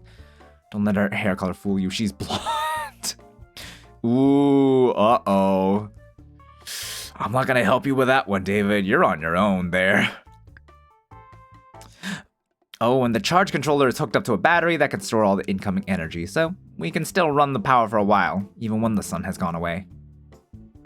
I hope my explanation made sense. For someone who'd never seen solar panels before, the concept might be a hard one to grasp. So you capture the sunshine and turn it into energy?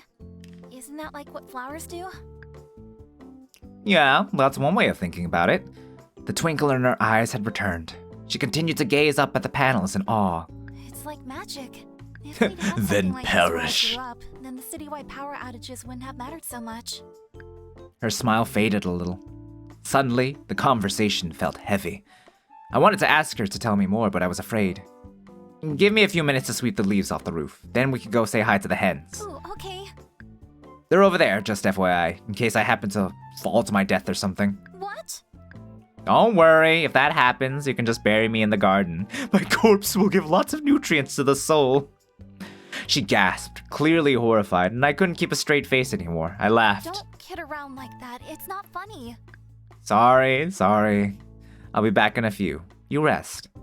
I grabbed my ladder and broom from the shed and headed up onto the roof. I swept all the leaves off the solar panels and cleaned out the eaves troughs for good measure. I paused to gaze down at Mallory in the garden. She looked so at peace among all the plants. Butterflies had gathered nearby on a patch of wildflowers, and she was smiling at them. I didn't think I'd ever seen a sweeter scene. I looked across the distant hills toward what remained what remained of the city. That was where Mallory had come from. I'd assumed so, but now that she'd confirmed it with her comment about the power outages, the thought of her living there almost hurt. Even from my rooftop, I could see how everything had fallen into disrepair. I remembered the long ago announcement that public buildings would be closing down indefinitely. Sports stadiums, movie theaters, malls, and offices had all been shuttered. Even apartment complexes and private homes had to change. People were moved and shuffled around as fences went up and shared spaces became inaccessible. Anything to keep people apart from each other, or at least in their own small safety bubbles. I hadn't set foot in the city in years. Looking at it now, I had no desire to ever set foot there again. With a sad sigh, I turned my back on the ghost city and climbed down from my roof. I met Mallory in the garden and forced a smile. Ready? She seemed so excited as we made our way over to the chicken coop. For a moment, even though I saw a spring in her step, but then I realized it was just her limp. Was the aspirin she'd taken wearing off already? The chickens clucked with extra enthusiasm when they saw that I had company. When I opened the door to their fenced-in area, some of them flapped their wings furiously, sending feathers flying and making Mallory laugh. For as long as they've been alive, I've been alone. So they're either happy for me, or scared of you. Not sure. I pulled the gates shut behind us. Mallory was already saying hi to each individual chicken, giving them compliments and asking them how they were enjoying the morning. Then she saw the chicks and she gasped. Babies! Did I not mention that? Yeah, they hatched a few days ago. You can pick them up if you want. She looked up at me, her eyes doing that shimmery, sparkly thing again. I saw that there were tears there, and I thought, or hoped, that they were tears of joy. They're so cute! Are you sure I can touch them? It looks like they'll break, they're so tiny. Funny. That was exactly how I felt about her. They'll be okay. Just gently scoop them into your hands. Okay. She carefully held out her hands. Some of the chicks came closer, investigating her, and it didn't take long before a couple of them volunteered to step onto her palms. I really want her to feel the wrath of a chicken, properly no fear. Mallory let out a small squeak and lifted the chicks up to her face. The chicks reciprocated with their own happy peeping noises, dancing in her hands as she stroked their golden down with a single fingertip. They're so soft. I love them. She's not learning, Midnight. She's not learning. I believed her. It was weird. I couldn't fathom loving something so easily or so quickly, but Mallory did. And I had a hunch she'd have taken a bullet for those baby chicks. Oh, sorry about the smell, by the way. I'm used to it, so I guess I forget that coops can get pretty smelly. I don't find it bad at all. Slowly getting tired, I'm keeping the steak on in the stream on in the background because I like falling asleep to things like this, but just so you know why I disappeared. Gotcha. Take care. Rest well. If you fall asleep, I hope it's restful rest. She continued to pet and play with the little chicks. The whole scene was just too precious. Do you want to feed them? There's a bag of grain just behind you. She looked over her shoulder, smiling, and gently set down the chicks so that she could reach for the bag. She took out a small handful of grain and scattered it in front of her. Obviously, I need that steak. Me too! Maybe I should go for that this weekend. Definitely earned it. Gotta work this Saturday. That's why we're not getting a stream on Saturday, unfortunately. The chicks started to eat, and soon the adult hens came to join them. All the chicks loved Mallory. They nibbled at her dress and danced around her as she fed them. The clucking intensified with every handful of grain, becoming so loud that Mallory started to laugh. They're so happy. I nodded. I tried to give them a good life, even if it's only a short one. Huh? What do you mean? Oh no. Why did I say that? Why did you say that? Oh my gods. Well, Ghost, what should I say next?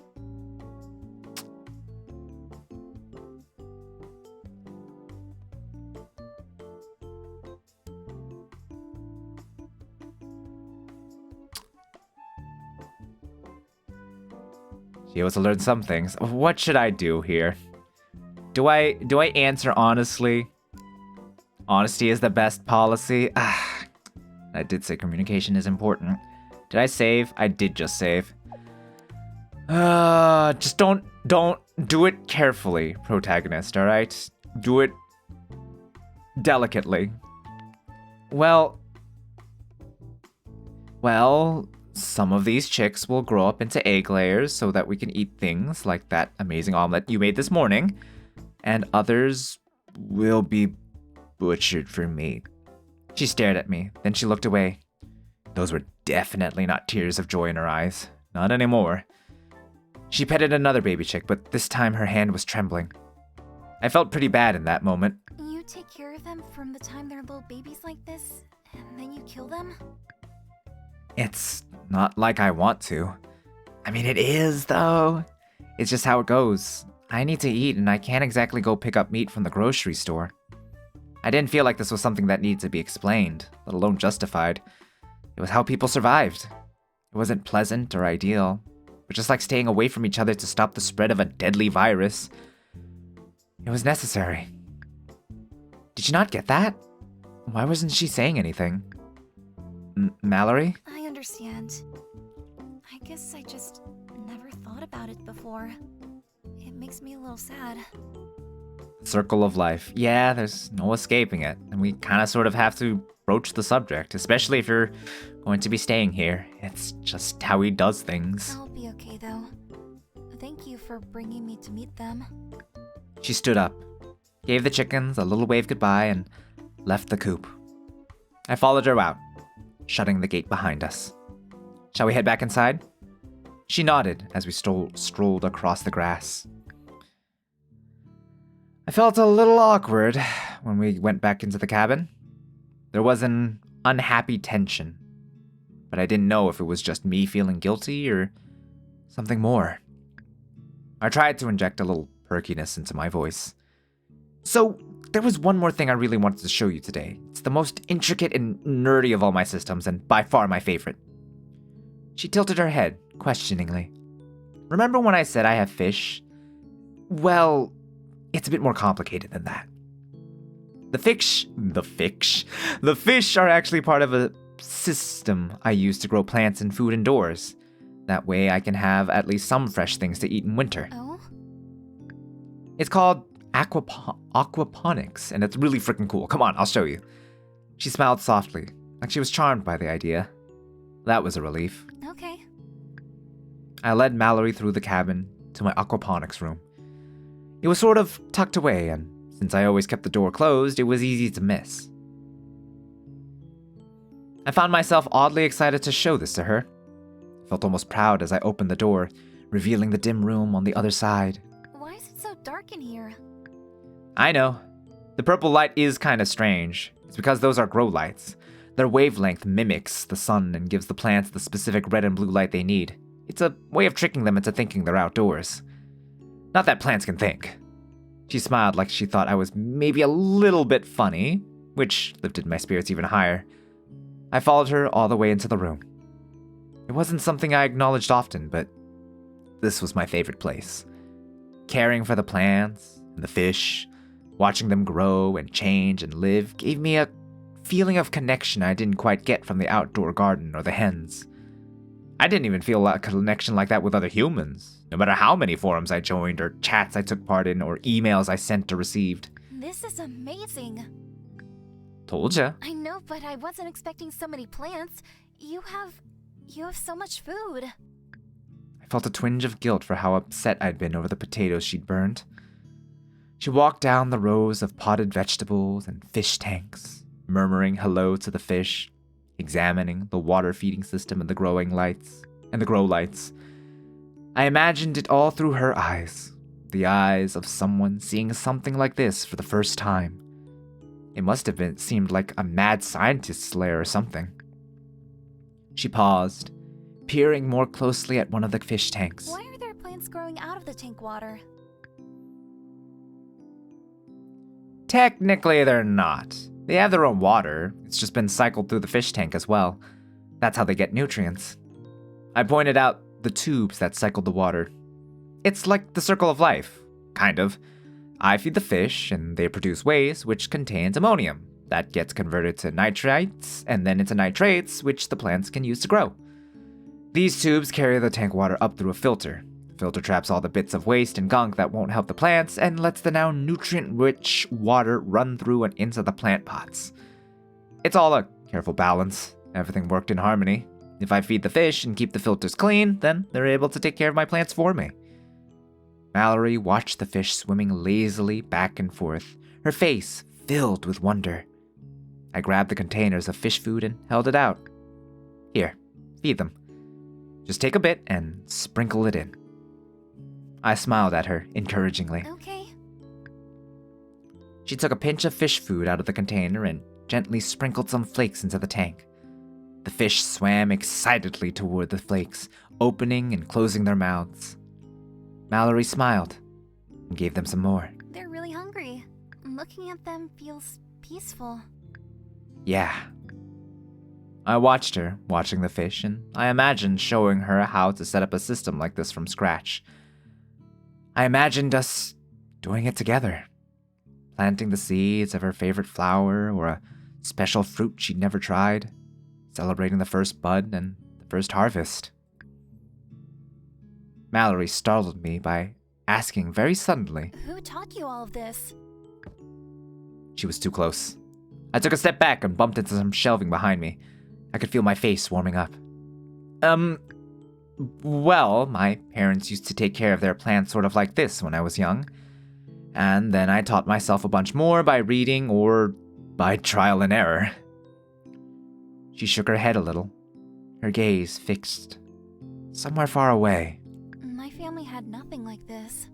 There was one grocery store in our neighborhood. We'd have to wait in line for ages, and then the shelves would be practically empty. We had to scrounge and make do with food that was either spoiled or just plain not enough. Oh my god. All these systems you use. If we could have had something like this, then maybe... My stomach felt tight. This was it. She was opening up. And I hit the hay. Good night, Luke. Thank you for hanging out. Take care and have a good night, yeah? Rest well. She was finally going to tell me where she'd come from, what kind of life she had, maybe even what she's been doing out in the rain that night. I didn't feel ready. Why was my heart beating so fast? She looked so somber as her mouth came open, hesitant. And then she said, I love that you wanted to show me all this stuff. But, what do you do for fun around here? She nudged me and gave me a cheeky little smile. You don't do anything for fun, do you? Okay, so much for that idea. I forced my own smile, averting my eyes. Yeah, I know. All work and no play, yada yada. How about this? Let's go make some tea. Get something to eat, and I'll show you my video games. She nodded, suddenly grinning just as brightly as she had been that morning, as if the day had brought her no sadness at all.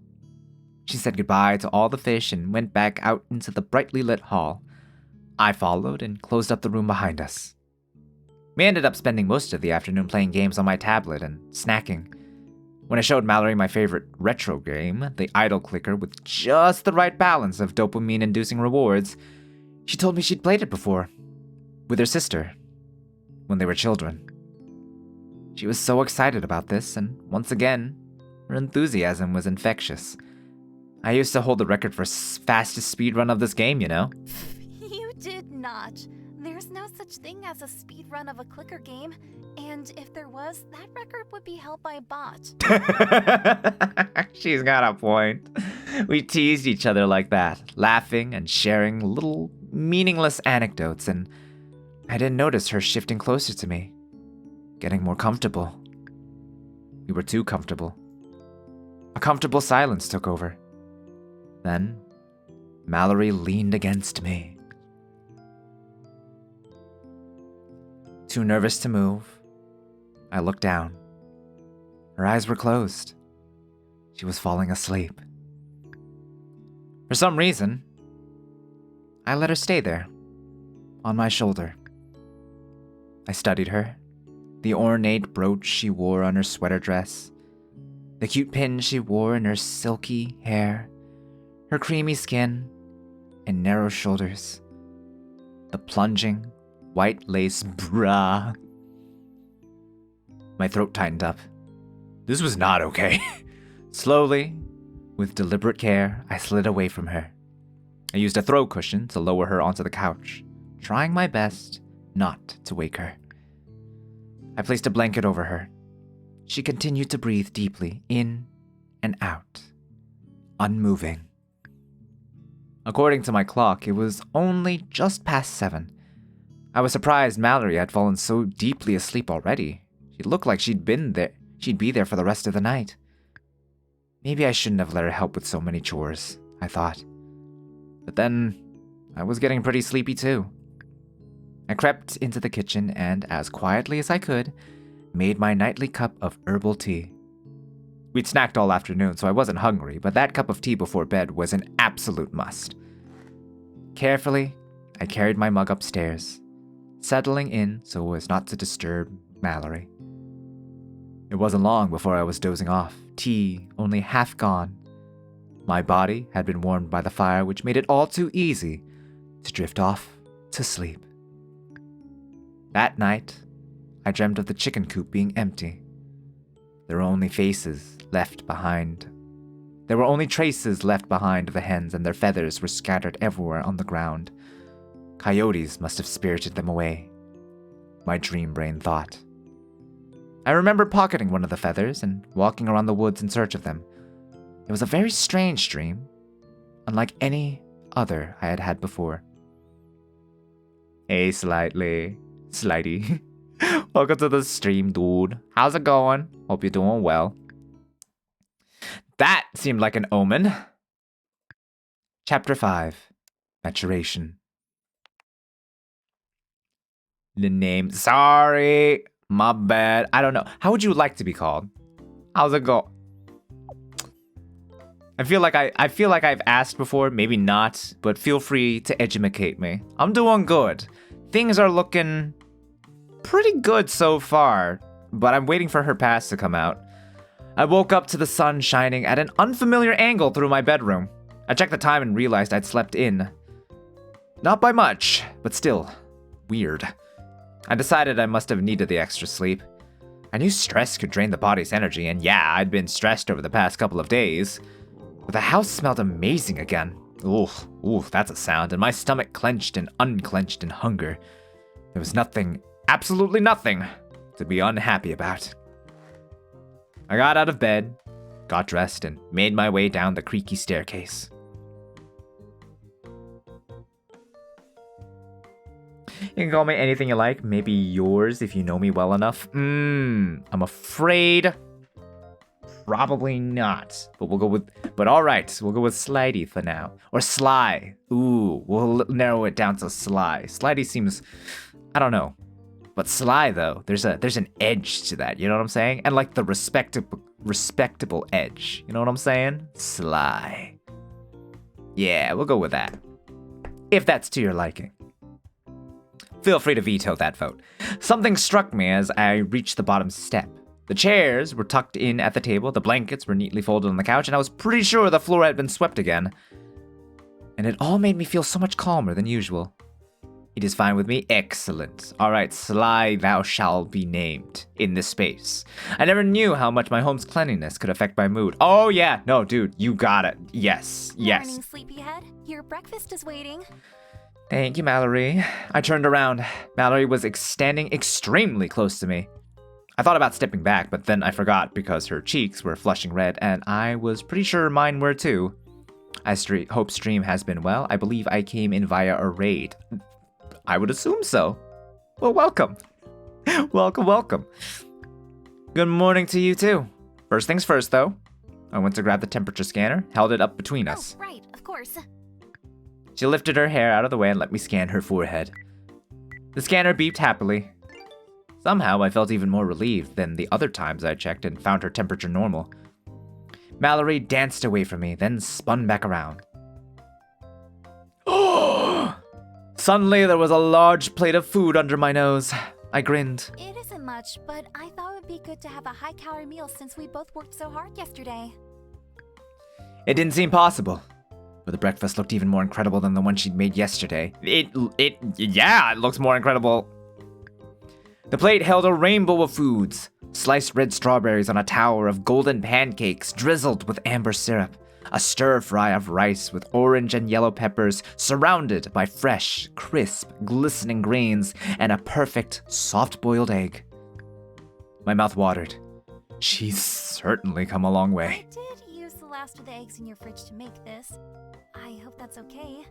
I went out to check the coop for more, but there were none.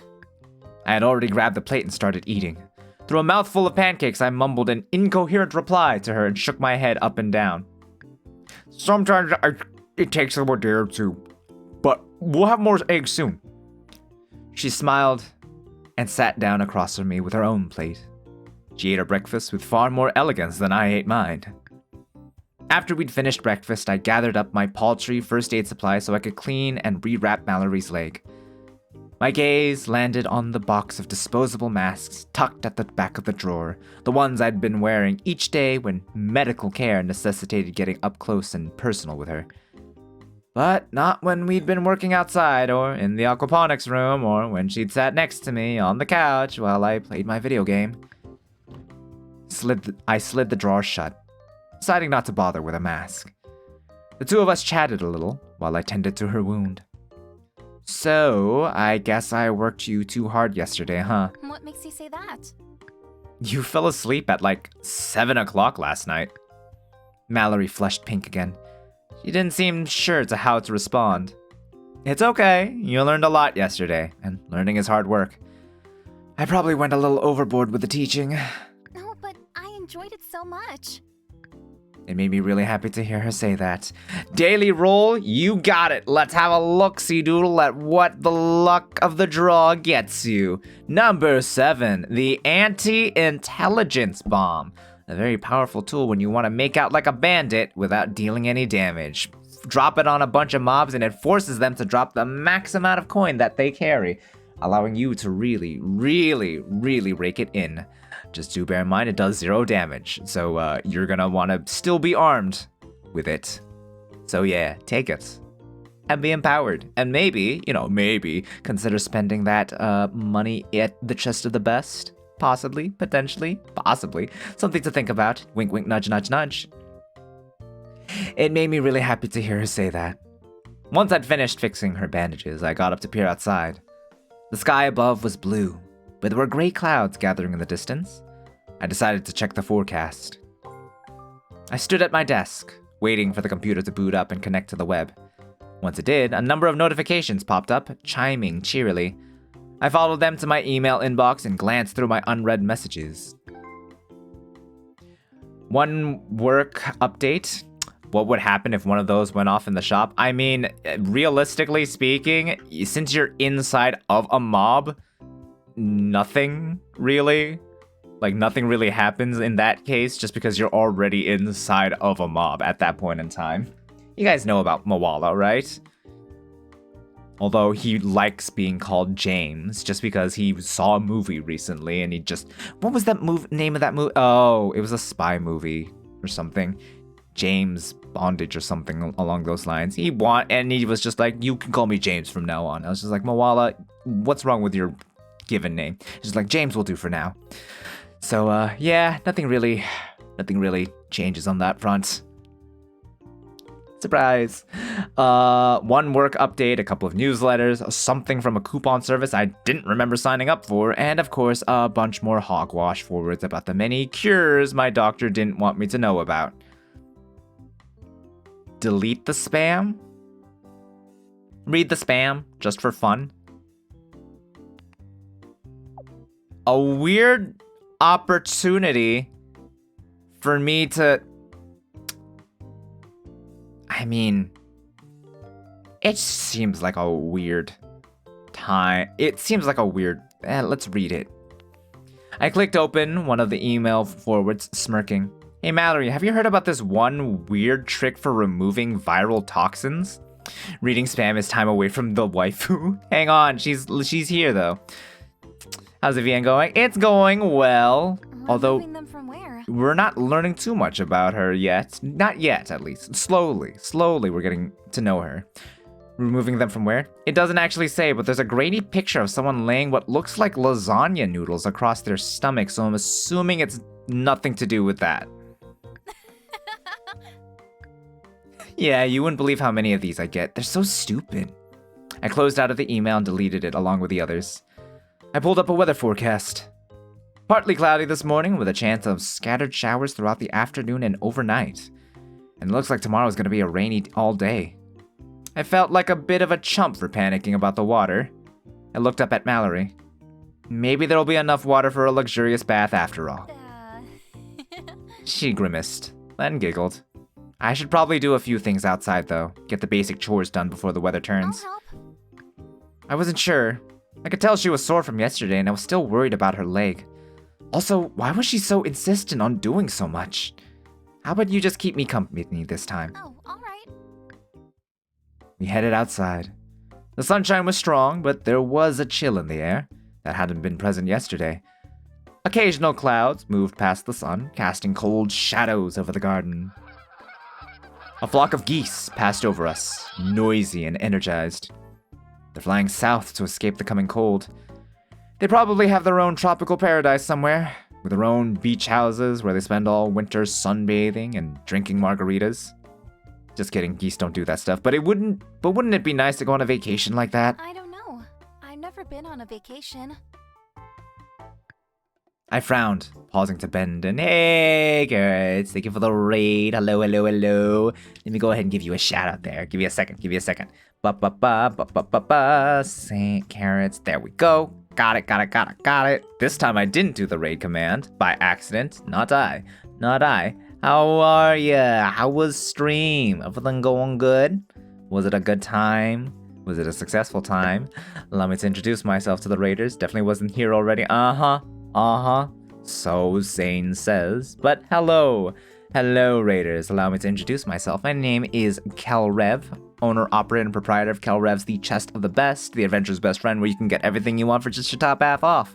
I'm the little mimic PNG tuber in the bottom right-hand corner. I am a variety streamer of sorts. Play video games. Currently, I'm in my visual novel phase, I suppose. And yeah. I hope you guys had a fantastic time over with Carrots. I hope it was a fun stream. I hope you had a fun time with your stream as well. And yeah, visual novel arc. Yeah, my visual novel arc has begun. Just to decompress, right? From all the JRPGs, and by all the JRPGs, I mean literally just Xenoblade. For months on end. But yeah, I hope you guys had a good time. Thank you guys for the raid. Thank you for supporting Carrots, and I hope you guys have a wonderful time here. Yeah, but if you have to step away to get food, rest, sleep, all the things that to help you decompress and get back to 100%, by all means, do not hesitate. Thank you for supporting Carrots. Fortnite collab with Siri and Soleil earlier was a blast, and I still stream Sky because I'm not sleepy yet. That's a mood. Decompressing, all right. I don't like any sort of implication that you're giving there, but all right. But yeah, welcome to the stream. I'm playing Cabin Fever right now. It's a story about this dude living during the pandemic off-grid when a mysterious woman shows up after she steps onto his freaking bear trap, which is definitely illegal, but we're gonna set that aside. This is her, by the way. This is Mallory.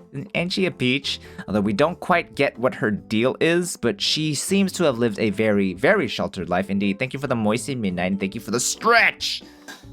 Appreciate it. Decompression commencing soon. Understandable. Make sure you get plenty of rest, alright? That applies to everyone, by the way. There's always the VOD, okay? So if you need to get rest, do not hesitate. Or you can just leave this playing in the background. I don't know. I don't think I'll be screaming anytime soon. I don't think this is going to be one of those things that has some horrific cosmic terror twist. No matter what you guys think is going to happen. I frowned, pausing to bend and pull up a stray dandelion poking out of the grass. Nuh-uh. Alright, do as you will. Maybe someday, someone will figure out a way to stop the virus and you'll be able to go somewhere amazing. Not by myself, I hope. No, definitely not by yourself. We walked around the property, Mallory humming happily to herself while I putted about, checking the well, making sure the hens were happy and fed, yanking more dandelions out of the ground when I saw them. Thanks for shouting. Of course, the only thing that'll make Kel scream here is another... Shut up. Shut up. Shut up. Pretty soon, Mallory had grabbed a bucket and started pulling weeds too. It was like she couldn't help herself. I shook my head. That's probably enough hard labor for the day. Let's go in. I need to do some work on my computer. Oh, not just yet. Please. I'd like to enjoy the fresh air a little while longer before... No, Midnight, it's fine. Don't worry about it. Don't worry about it, Midnight. It's nothing, all right? It's chat. If it's something, it's chat's fault. They made me do a thing, all right? But don't worry about it, all right? Don't worry about it. Please don't worry about it. Okay. If you're good, then I'm good. I reached down for another clump of weeds and felt my stomach flip when I saw a big black spider clinging onto the leaves I'd pulled. I flicked my hand reflexively, which sent the weed and the creepy crawly flying across the garden. Ugh, stay on the alert for spiders. Oh yes, I've already met a few of them. They're so helpful chasing off all the harmful bugs. Of course, Mallory would treat spiders with the same kind of adoration and any cuddly pet deserved. I mean, I wouldn't go to the exact same extent, but she's got a point. Those spiders are good for you. Good for the garden. Maybe not good for you, who knows. And they're more scared of you than you are of them. Blaming chat now, are we? Yes. Another bleeding or bleach. What? Hang on. Bleaching. Spiders are sweeties? They are sweeties. They're not hateful like hornets and wasps.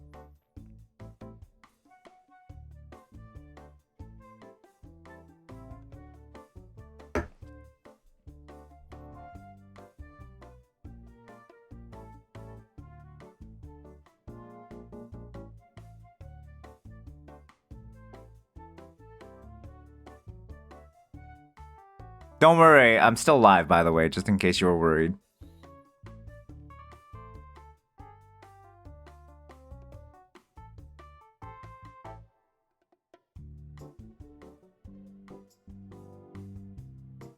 Yeah, I'm good, don't worry. Okay. What was I? We continued pulling weeds together, side by side, and I tried to keep the pace slow and casual. Despite that, and despite the heavy clouds moving in, we were both sweating pretty soon. I am hot. I almost want to take my sweater off. She said this with a giggle, standing up straight to stretch her back and survey the neat-looking garden. Not that kind of game. I felt myself blush, embarrassed by the suggestion and the image my mind conjured up. Not that kind of game.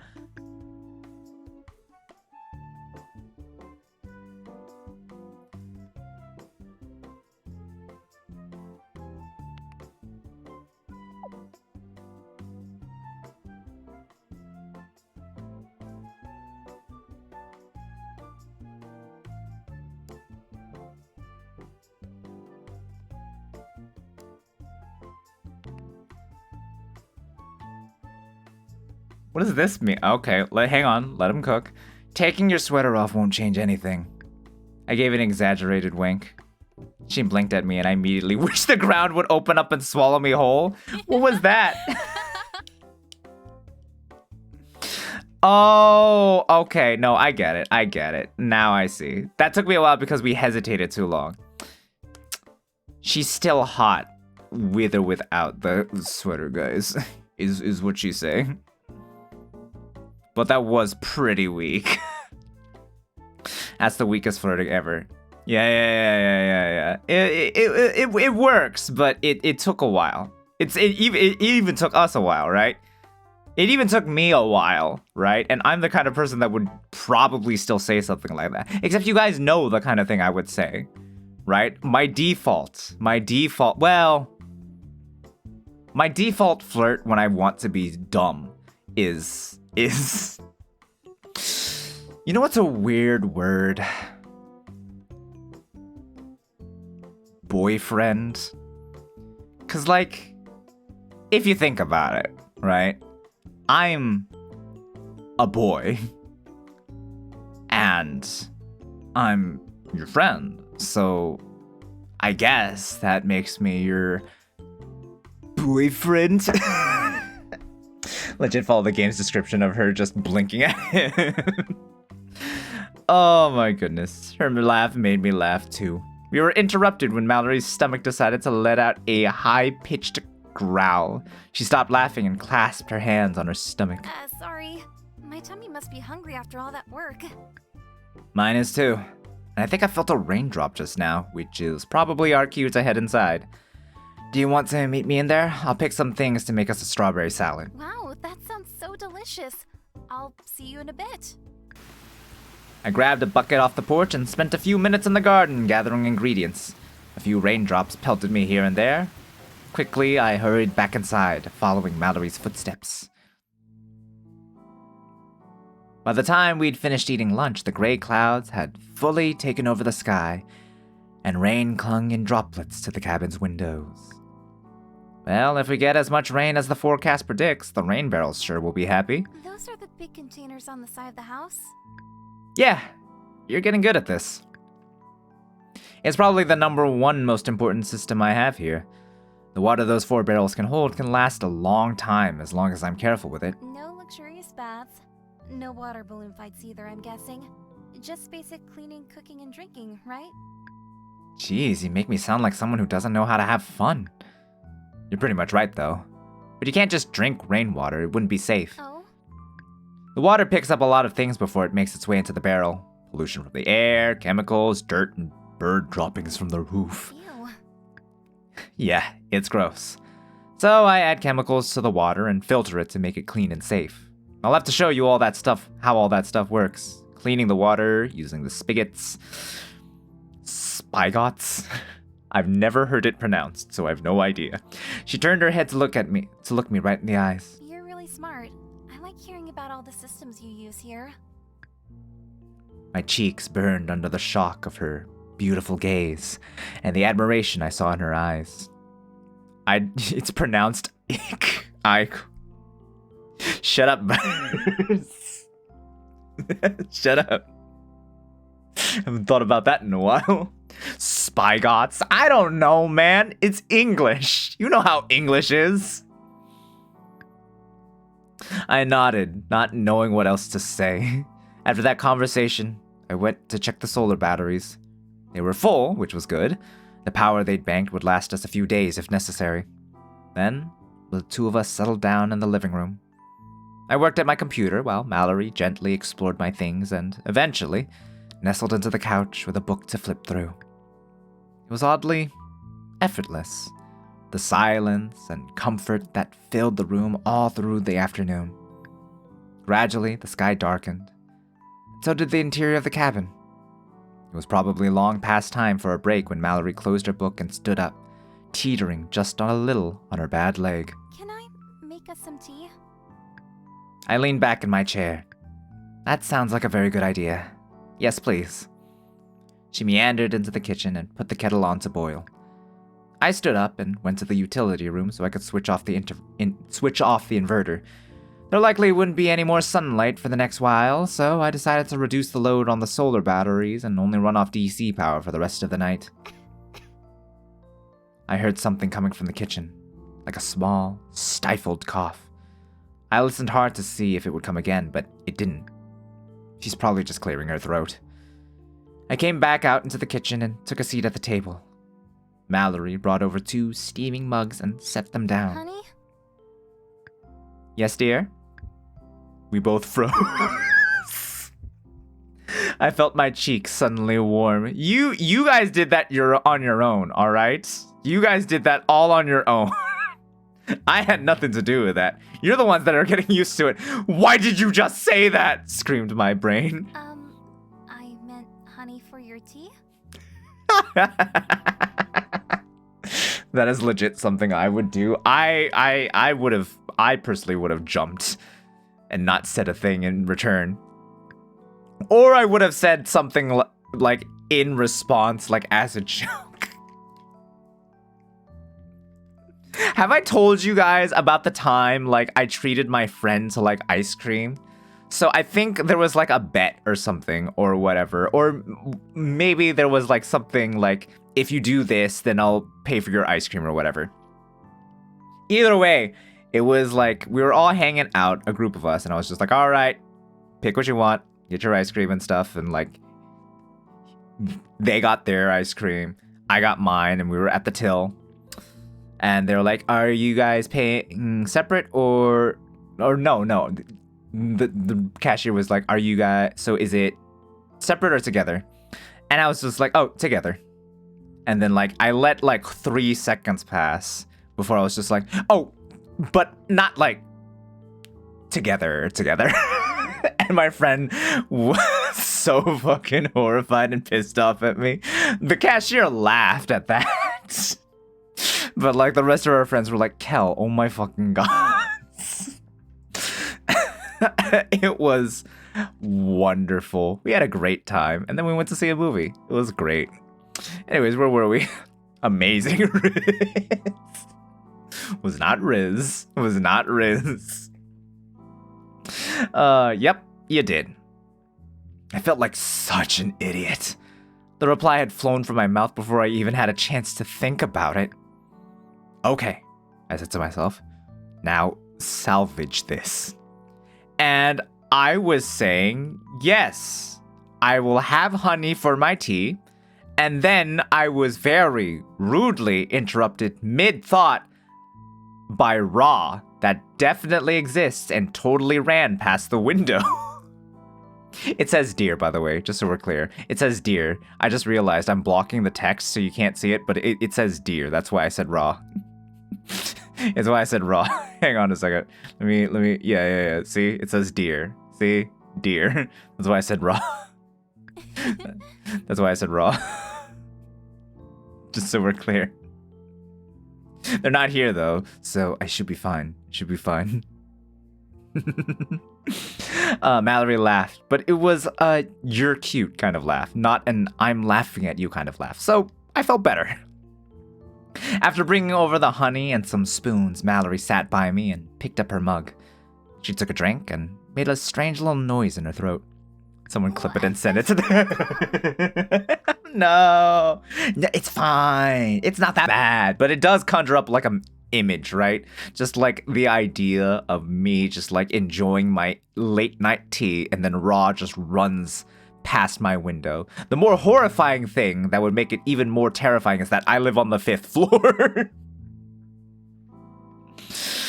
And I do have a balcony, but there's definitely not enough space to be running, let alone running past anything. See, that's why I always let mine cool down for a minute or two. You can do that. It smelled too delicious to wait. A flying deer. There's an image. I got up and poured her a glass of cold water. Here, this'll help. Thank you. You're so sweet. After taking a few sips of water, she set down her glass and looked at me with a sad, soft smile. So, why would someone as nice as you feel the need to set bear traps right in front of their home? The question caught me by surprise. I didn't know she'd even been thinking about that. Of course, it seemed obvious now. She had acted far too chipper and unconcerned when the accident happened. She must have been holding back. I was just now feeling safe enough to question why she'd been hurt in the first place. Rudolph's successor. Yes, the successor of Rudolph's legacy. Ramitri VT. I nodded slowly. Well, I don't know who this nice person is you're talking about, but I can tell you why I have traps set up around my house. It's all because of Lola. Ooh, is that a stalker ex-girlfriend? Do you have to defend your property from a lot of girls? Please explain this. Do explain this. No, it's nothing like that. Oh, fuck. Okay. I paused to take a sip of tea, taking care to blow on it a few times before drinking. For some reason, I couldn't quite look at Mallory then, though I could see from the corner of my eye that she was listening intently. Lola was my best friend. My beautiful Bernese mountain dog. She was the family pet, really, but me and her, we had a special bond. After my parents passed away, Lola and I took care of each other. She was a hard worker. She was by my side always, finding little ways to help me out.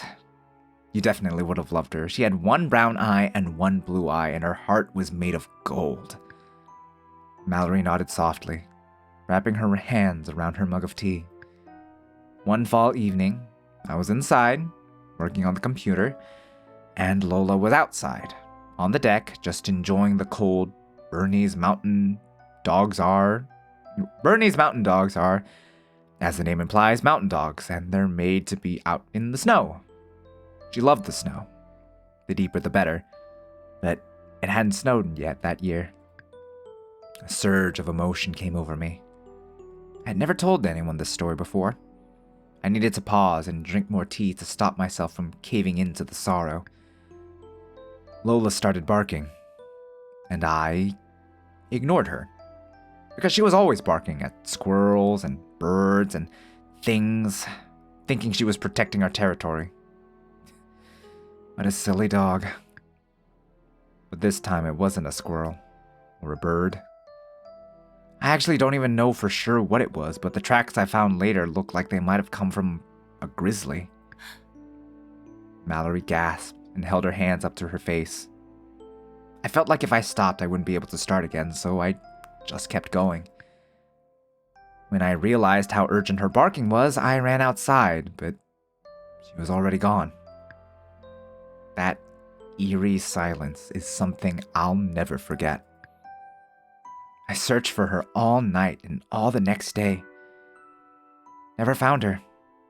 Just tracks and some blood and fur. I don't know if a bear grabbed her and took her, or if she went chasing after it, or what. I just know I've never been so angry in my whole life. I was already dealing with the pain of losing my parents, and now Lola was gone too. After that, I pulled out all my family's old traps from the shed and set them up around the house. It was too little too late, but I needed to feel like I was doing something.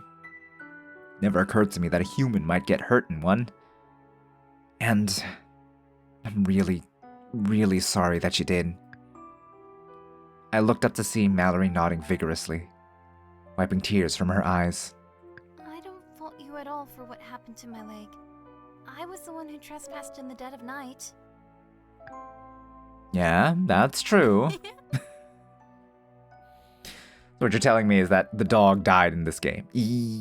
Probably the dog died in this game. I think it's been a long enough time that it's probably clear the dog is dead. She let out a short laugh through her tears, sniffling. I got out of my chair again to find her some tissues, and when I handed them to her, I found myself giving her narrow shoulder a squeeze. I'm so sorry about Lola. That's a heartbreaking story. Oh, sweetie, yeah. Sorry I made you cry. No. I'm glad you shared that with me. For a moment, I wonder if this was it. The moment she would start to open up and share her story with me too. Why had she been outside my house in the middle of nowhere? In the night, in the rain at night, all alone.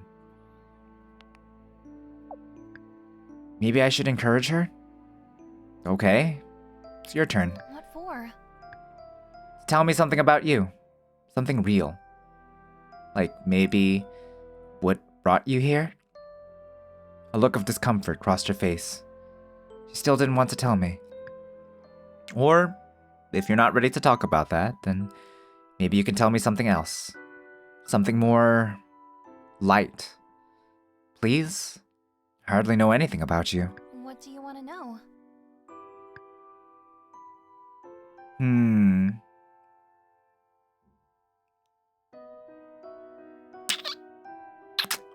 Uh-oh. That seems, yeah. We'll ask about her favorite memory. Yeah, or the dog will appear at the end of the game bringing back a grizzly's head. I don't think it's that kind of game. Tell me something about how you grew up. A happy moment or a favorite memory. She pressed her fingers to her lips, thinking hard. I got an achievement for it, and the achievement was the right question. So, I'm guessing we did a good. She pressed a finger to her lips, thinking hard. My favorite memory? Building pillow forts with my sister, and playing make-believe that we were airship captains flying through the clouds. We lived at the top of the tallest building on our street, which is probably what inspired our game. I remember we had this old pair of binoculars. They weren't good or anything, but we used to look up at the night sky through them and pretend we were looking into other galaxies. Space is super cool. I approve. She giggled. I always loved the night sky. All the stars and planets and satellites. We actually lived really close to the planetarium, and it was always my dream to go there and see a show. But it got closed down when I was just a baby.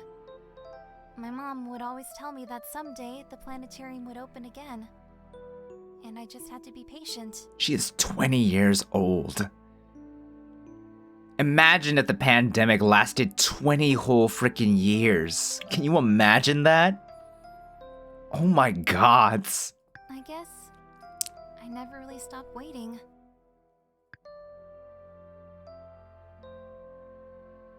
Also, she's a 10 and 10 for me. Definitely not biased because of her white hair. Oddly specific denial, but duly noted. I adore her too, though. She gave me a sad smile. Hey, I think I've been to that planetarium. I would have been really small, so I don't remember a lot, but that's kind of cool, right? But you know, we could totally go stargazing here, in the mountains. There's nothing like it. She looked away, cheeks flushing pink. She wiped her eyes and shrugged. Anyway, I should probably let you get back to work now. The last thing I wanted to do was go back to work. I gave her a little poke, just for suggesting it. Don't do that! I'm super ticklish! Oh, are you? I'm sorry. I didn't realize. I poked her again, gently waggling my fingers. She twisted in her seat, laughing, her eyes lighting up.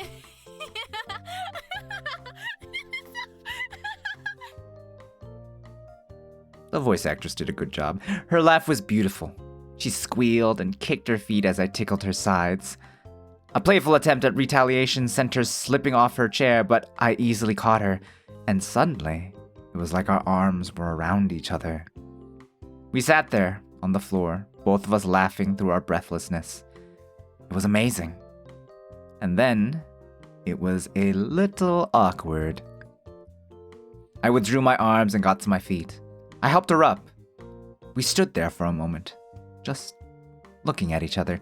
Fine VA work on her character, I agree. Yeah, I kind of feel bad because, like, there is an option to give the protagonist a voice too, and I'm sure they did a fantastic job, but obviously I can't let this become, like, a watch-along stream.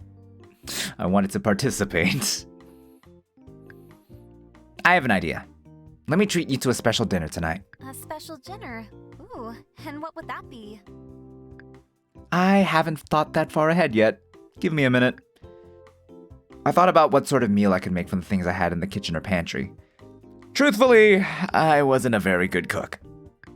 I mean, I could throw together a salad or a sandwich, but that wouldn't be special enough. A thought sprang into my mind. In the pantry was a very old bottle of red wine.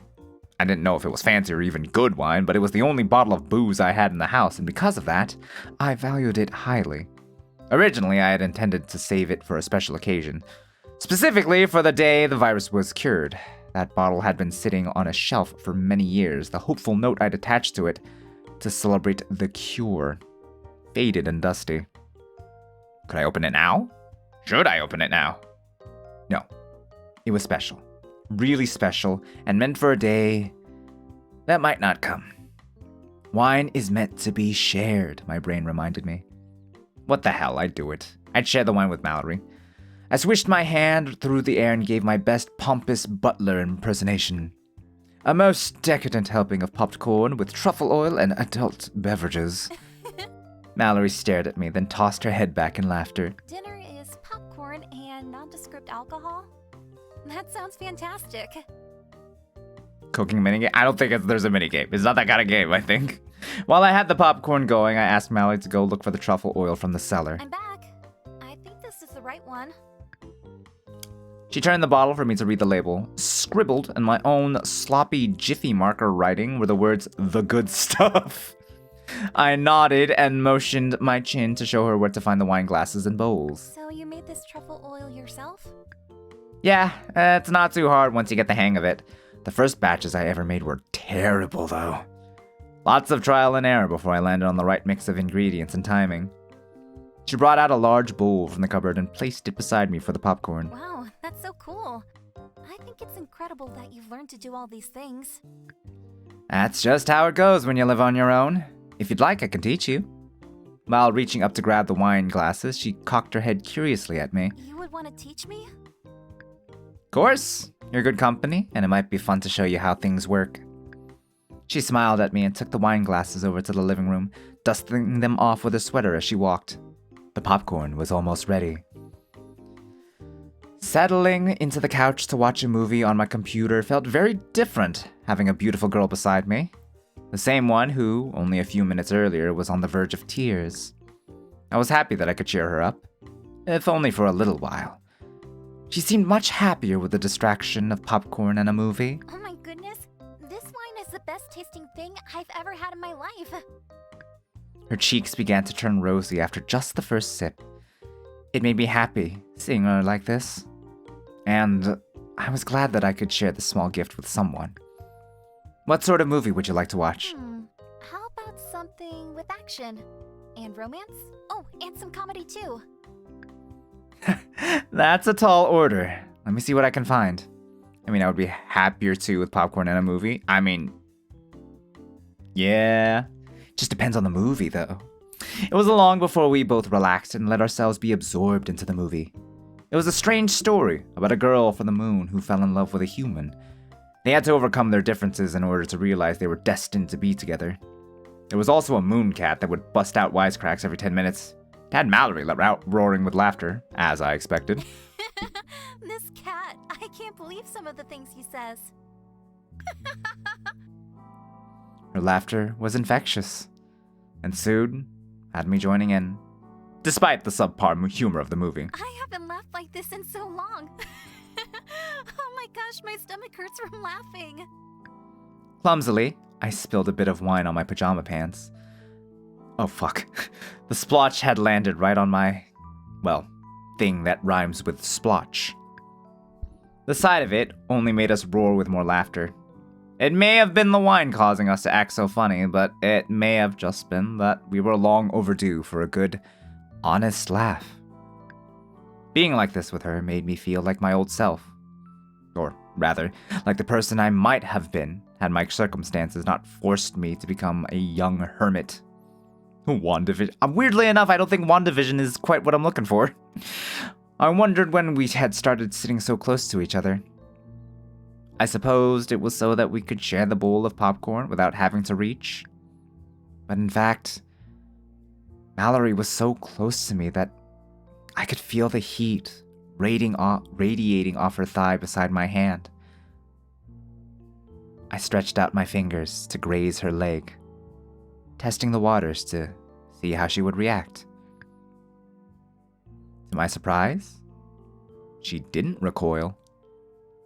So, there my hand sat for the remainder of the movie, too nervous to move either way.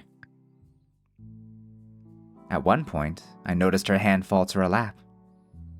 It was resting in a way that seemed uncomfortable, with her palm facing upwards.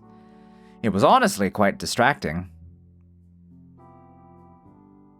Before I could figure out if she had left it there for me to hold or not, the movie had ended. I missed my chance. I really enjoyed that. Thanks so much for watching with me. Parts of it were entertaining, definitely. Like that bizarre turtle in a top hat. What the That's fuck right. happened to that? And how we saved them from that lizard beast was so insane. What kind of movie did you find? We sat together for another minute, recanting the ridiculousness of the story we had just experienced. All the windows were dark now, and Mallory looked exhausted. I felt pretty tired too. I guess I should get off your bed and let you get some sleep. Oh, yeah, I guess so. Thanks for hanging out with me tonight. See you in the morning, Something from Etsy? Definitely.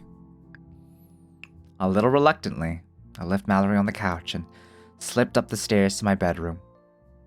As I settled into bed, I felt a strange mix of happiness and loneliness. Two feelings I hadn't felt or allowed myself to feel in a long, long time. The pain of losing my family had been too much to bear, and so my heart had shut off, and I just existed, going through the motions, waiting endlessly for nothing in particular. Now, I was rediscovering myself, relearning what it meant to be human. And it was all because of Mallory. Then, as though she had known I was thinking about her, Mallory called up to me. Sweet dreams. You too. Get a good night's sleep. I yawned and nestled deeper into my pillow. Before I could remember what I had been thinking about, I was fast asleep.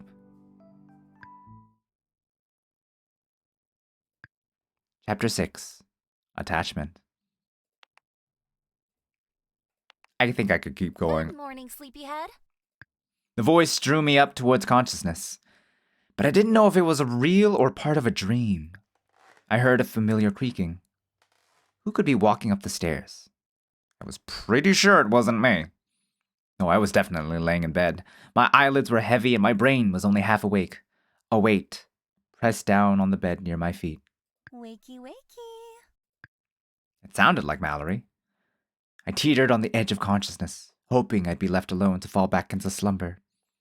The weight at the end of the bed shifted, shaking me a little. I squeezed my eyes shut. Okay, you leave me no choice. Incoming pounce attack!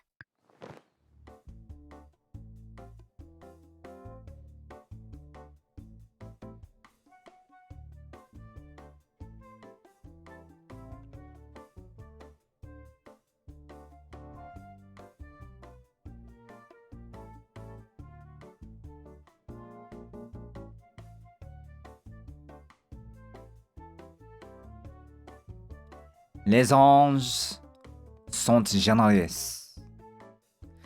I was jolted awake then, fully this time by the force of Mallory jumping on top of me. A panicked shout escaped me as I yanked the covers up past my neck, leaving only my face exposed. Hey Ra, welcome back. Nothing much. Did you have fun running past my window like the crazed maniac that you are? Huh? But also, welcome back. Hope everything's going good on your end of things. A panicked shout, blah blah blah blah blah. A panicked shout escaped me as I yanked the covers up past my neck, leaving only my face exposed. Mallory beamed, straddling me proudly, her clear, aquamarine eyes filled with mischief. Oops, did I scare you?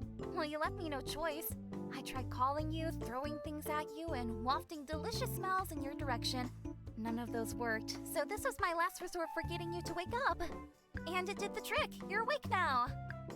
What kind of monster just pounces like that on a poor, defenseless, sleeping person? Monster, you say? Wow, you sure do know how to give a girl a compliment. I scowled at her playfully. I was pretty sure she was resting her whole weight on me, but she felt like nothing. And though I'd been legitimately startled and more than a little confused, I found, now, that I didn't dislike the situation. If you're jumping about like this, does that mean your leg is feeling better? Mallory looked down at her bandaged leg, then back at me. She pursed her lips. It doesn't hurt as much, but it feels kinda weak. Like it might give out if I put too much weight on it. I didn't know enough to know if that was normal or what it meant. I nodded vaguely and just stared up at her, and she stared down at me. And then I shook myself. So, why did you need me to wake up so urgently? She cocked her head. I made you breakfast and I didn't want it to get cold. And I was worried. You're usually up way earlier than this. And maybe I was a little lonely and sort of missed you. Mallory, stop it. Girl, please. What did she mean by usually up way earlier? I craned my neck to check the clock on my nightstand. Oh, that was what she meant. Damn, what's up with me? I never sleep this... I never sleep this long. Sometimes your body just needs a little extra rest. Okay, now, Keeper. Mallory twisted, leaned over the bed, and produced, as if from nowhere, a plate of breakfast. She made waffles! Oh my god, she made waffles! She's a keeper! Oh my god, she's a keeper! She made waffles, guys! She made waffles! She held the plate out, showing me the stack of fluffy, golden waffles. They smelled amazing, fruity and sweet, flecked with red and drizzled with maple syrup. My mouth was watering. I never knew that was an actual thing that happened to mouths. Strawberry waffles from scratch will do that to you. You'll have to tell me once you taste them, but I think I may have outdone myself this time. The only thing I did make from scratch is the syrup. That's okay. I made the syrup from scratch. Wait, you did? I nodded. There are tons of maple trees around here. I harvest their sap at the end of each winter. It's pretty simple. I drill small holes into the trees and insert what's called a spile, which is like a spout. The sap drains out through there and into a bucket. When I have enough to fill a pot, I essentially boil it down until it's mostly evaporated. Then it's syrup. And the best part is, it keeps forever. So I can just store it in glass jars in my pantry. She has a pocket dimension for plates filled with food. She cooked it. Deaf keeper. Mallory had never looked happier or more amazed. Or more beautiful. That sounds like some kind of fairy magic. I laughed. The real magic is your cooking. This looks incredible, though. Although, do you mind taking it downstairs so we can eat there? I'd like to get dressed and, well, Mallory looked down at herself and the way she was straddling me, and her face turned bright red quite rapidly. She scrambled to get off of me, nearly dropping the plate of waffles in her flustered state. I'll do that now. Sorry. See you downstairs. Yeah, but buddy, are you gonna miss the part where she said she missed you? Without making eye contact, she raced down the stairs. There came the sound of cutlery being fumbled with in the kitchen below. I dragged my hand down my face, equal parts amused, exasperated, and happy. After breakfast, Mallory was quick to scoop up my plate and cutlery. I offered to help, but she said she would do them herself. By now, I had learned that there was no arguing with her. Not because she was particularly stubborn, but because I caved at the slightest pushback. She made me weak, but in a nice way. So, while she cleaned up, I walked to the window overlooking the garden. The skies were dark and dreary, far more ominous this morning than before. The ground glistened, and I could see little puddles on the path leading up to the door. They rippled as a gust of wind rushed past. Thank you for the moisten, Reeve. Also, Ben, good morning again.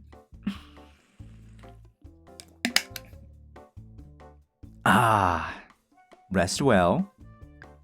I guess it's another day indoors. Look how glum that weather is. I glanced back at Mallory in the kitchen.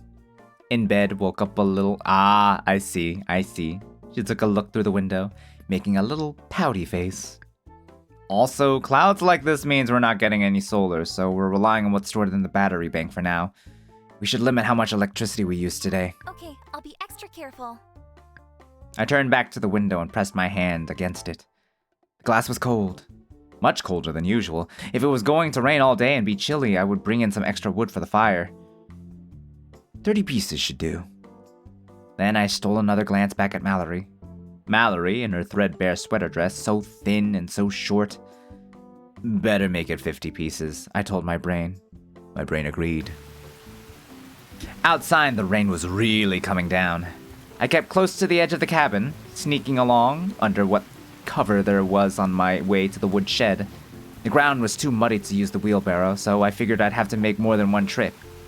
I gathered up a big armload of firewood and brought it back to the cabin. I repeated this process, getting wetter and colder as I went.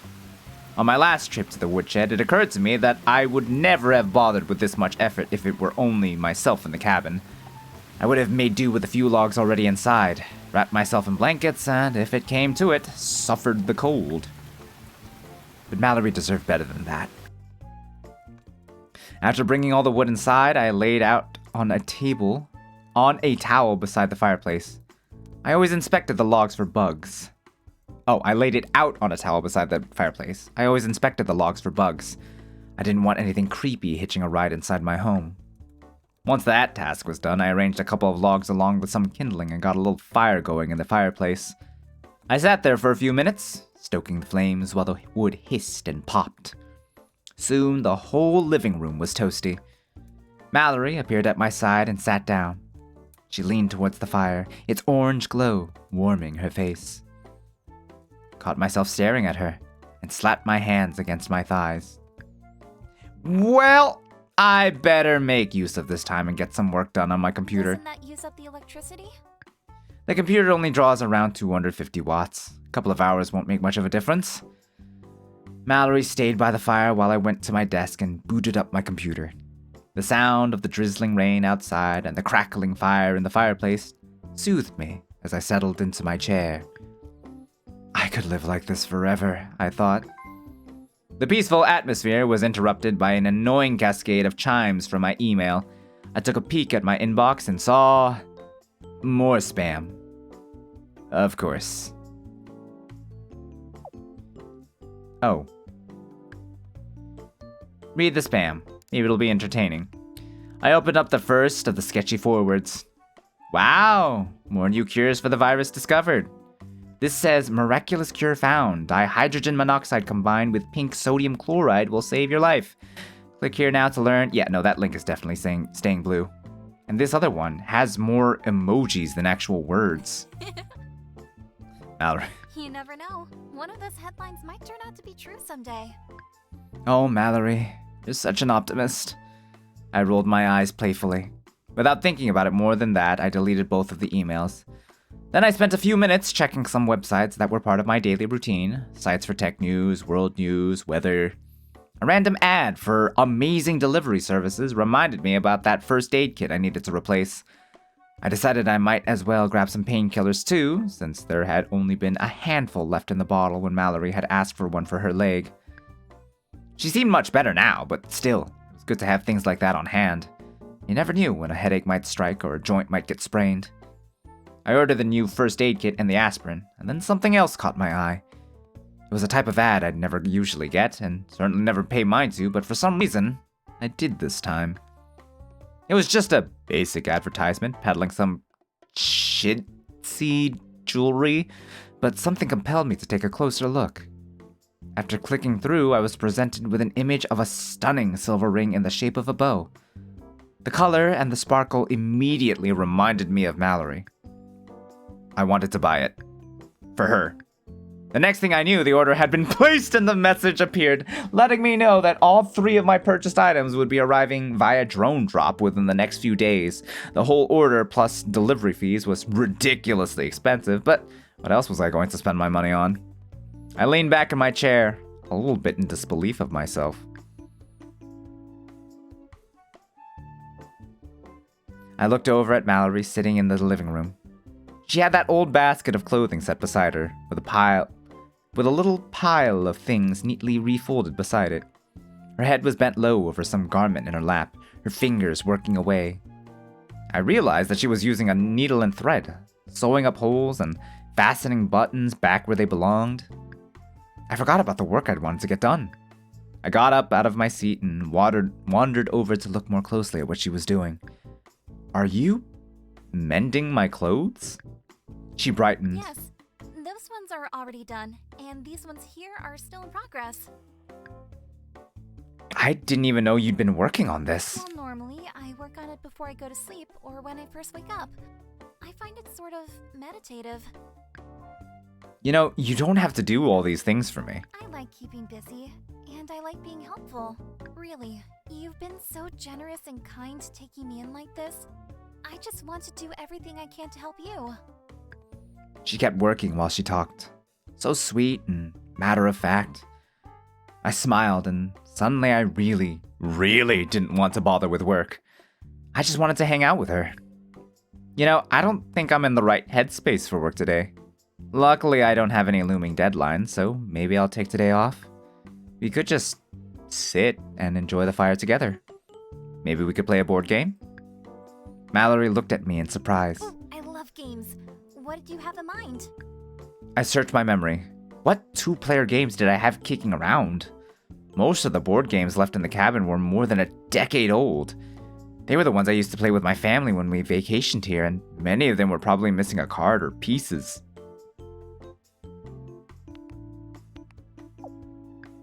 How about chess? Do you know how to play?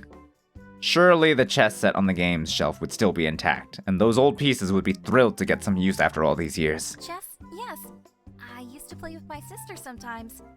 I'm probably not very good at it. Ha! That's okay. Neither am I. I'll grab the game. Meet me at the table, okay? I went to retrieve the chess set, just where I remembered.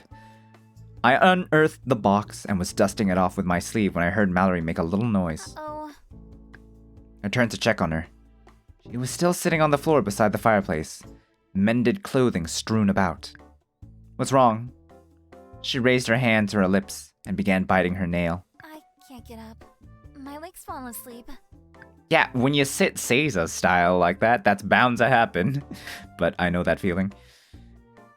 Her word, especially on a hardwood floor, goodness girl, at least use the pillow. Her words brought back a familiar phrase she said the night we met. Wait, hang on. I chuckled and reached out my hand to her. Well, at least it's only asleep and not caught in a trap this time. She smiled and accepted my hand to lift her up. Funny how I didn't even think twice about it anymore.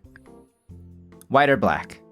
We set the board out on the table and started setting up the pieces. White, please. I sat down on the black side of the board and finished arranging my pieces. When I looked up, Mallory was examining the box with pursed lips. Are you missing a piece? Looks that way. I don't mind subbing in a salt shaker or something else to play with. No way. We should play with real pieces. She gave me a look. It was sort of dismissive, sort of disheartened, but I meant that what I said and I knew how to cheer her up. Seriously, I can make you a proper chess piece and I can make it look however you like. Whoa, Mallory stared at me, one eyebrow a little higher than the other. How? I held out one finger and headed towards my computer desk. Remember the gauze with the cute potato pattern on it? I printed that out with my 3D printer, see? I took the equipment out, hooked it up to my computer, giving her a quick overview as I did. This is just a small one, but it's very useful and quite simple. I just plug in the USB cable to my computer, then use a program to tell the printer what to make. Whoa, that's so cool. I'm missing the queen. Can it make that piece? I let out a theatrical laugh, throwing my head back as I did so. This baby can make anything your heart desires. Ask, and you shall receive.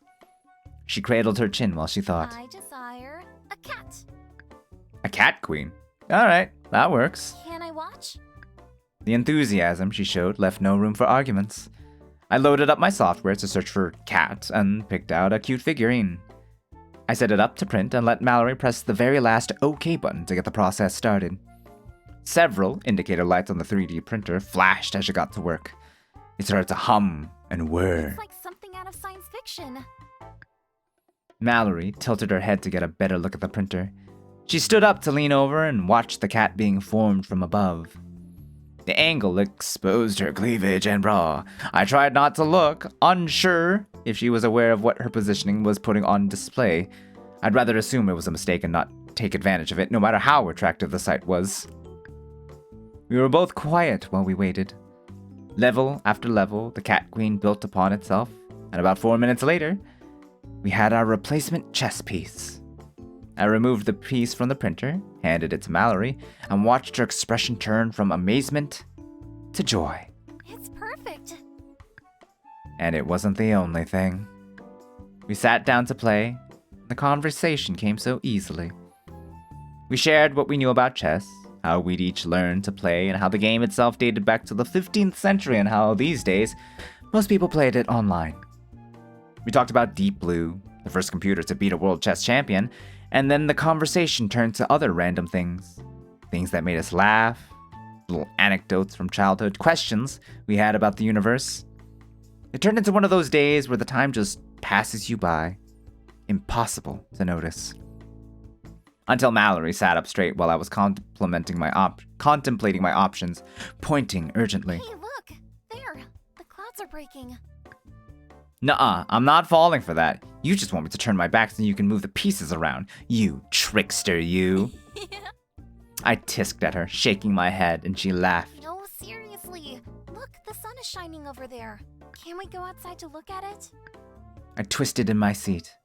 Through the window, I could see the great gray sky, and there, over the mountains, a glowing crack shedding golden sunbeams down onto the land. Wow. Okay, yeah, good idea. And I know a perfect viewing spot. Mallory gleefully hopped off her chair and took my hand in hers. Outside, the air was damp. We walked together around the side of the house to the ladder I'd used the other day.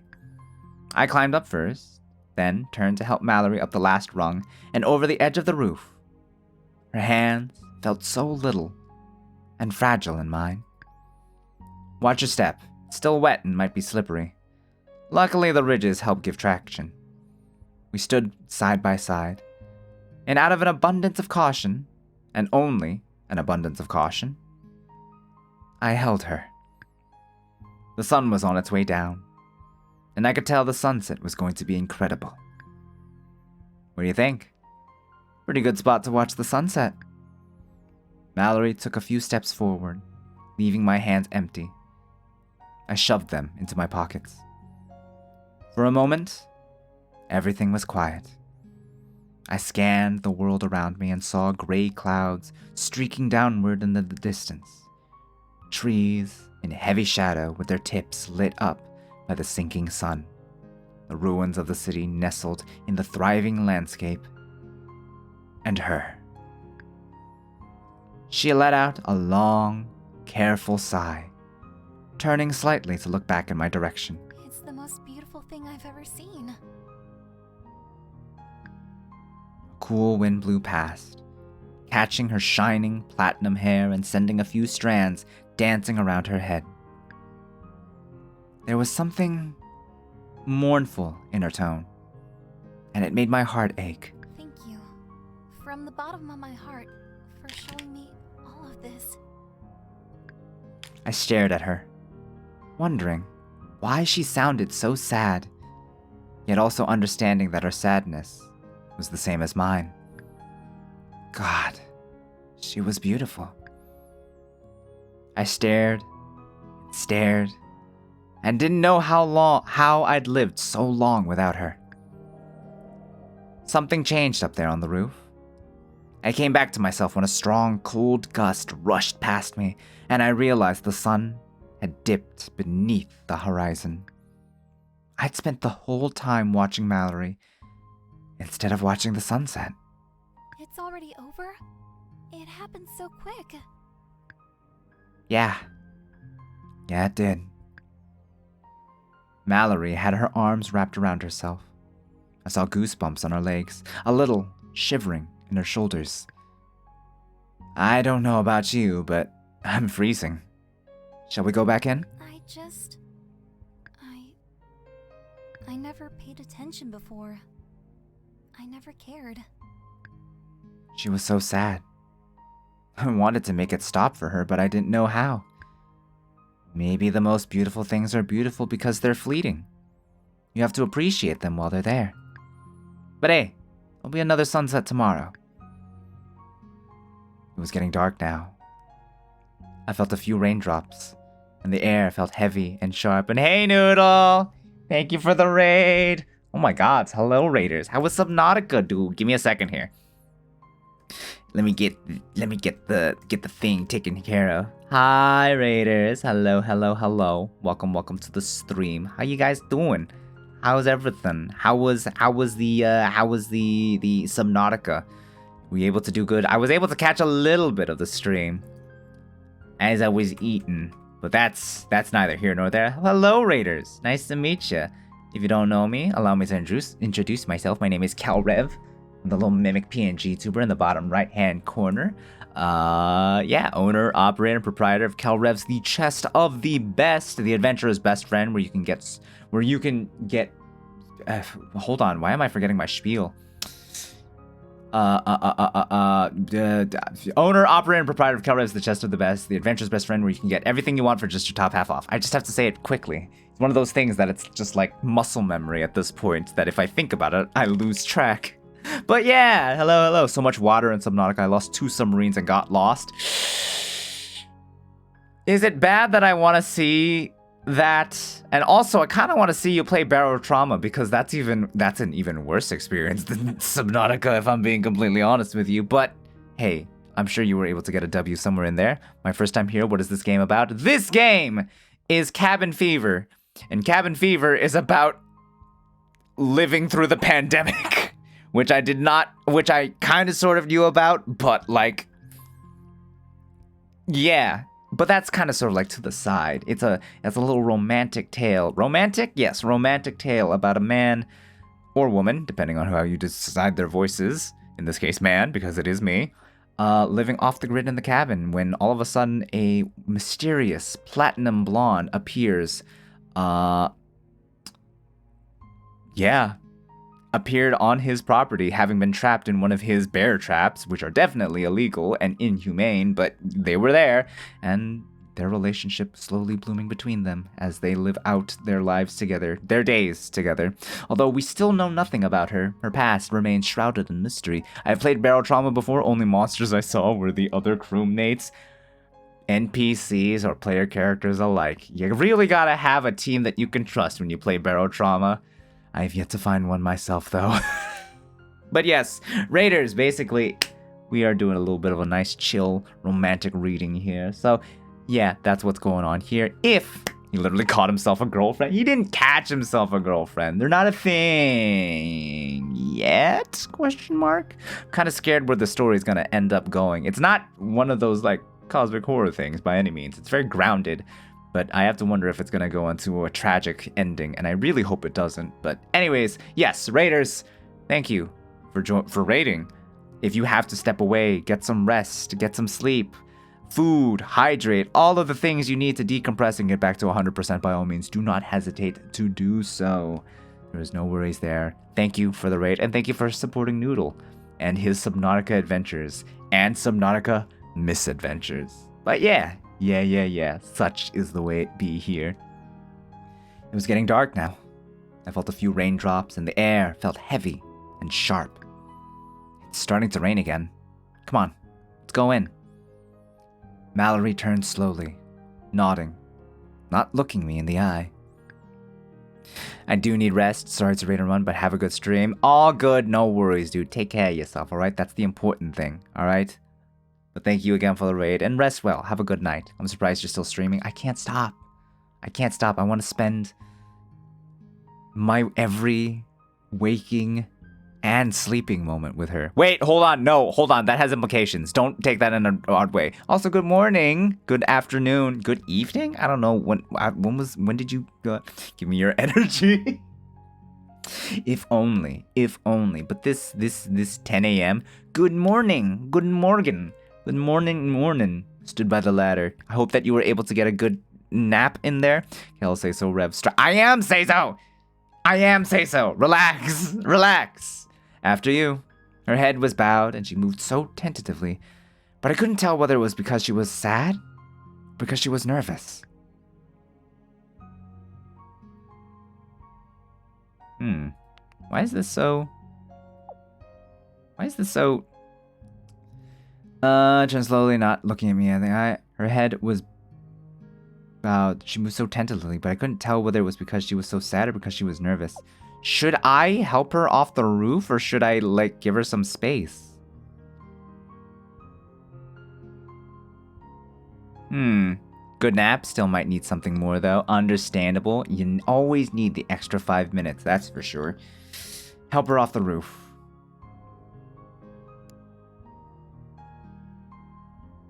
What's the best option here? No. Let me help you down. I offered my hand. She grasped it firmly and shuffled towards the edge of the roof, turning around. She lowered herself on the ladder, slowly, making her way down one careful step at a time. I waited for her to reach the ground before I climbed down after her. Thank you. You're like my own personal guardian. I feel like you'd never let anything bad happen to me. I would not, if I could help it. Help it anyway. Yeah, exactly. She's on the same wavelength. We're on the same wavelength. She gets it. Of course.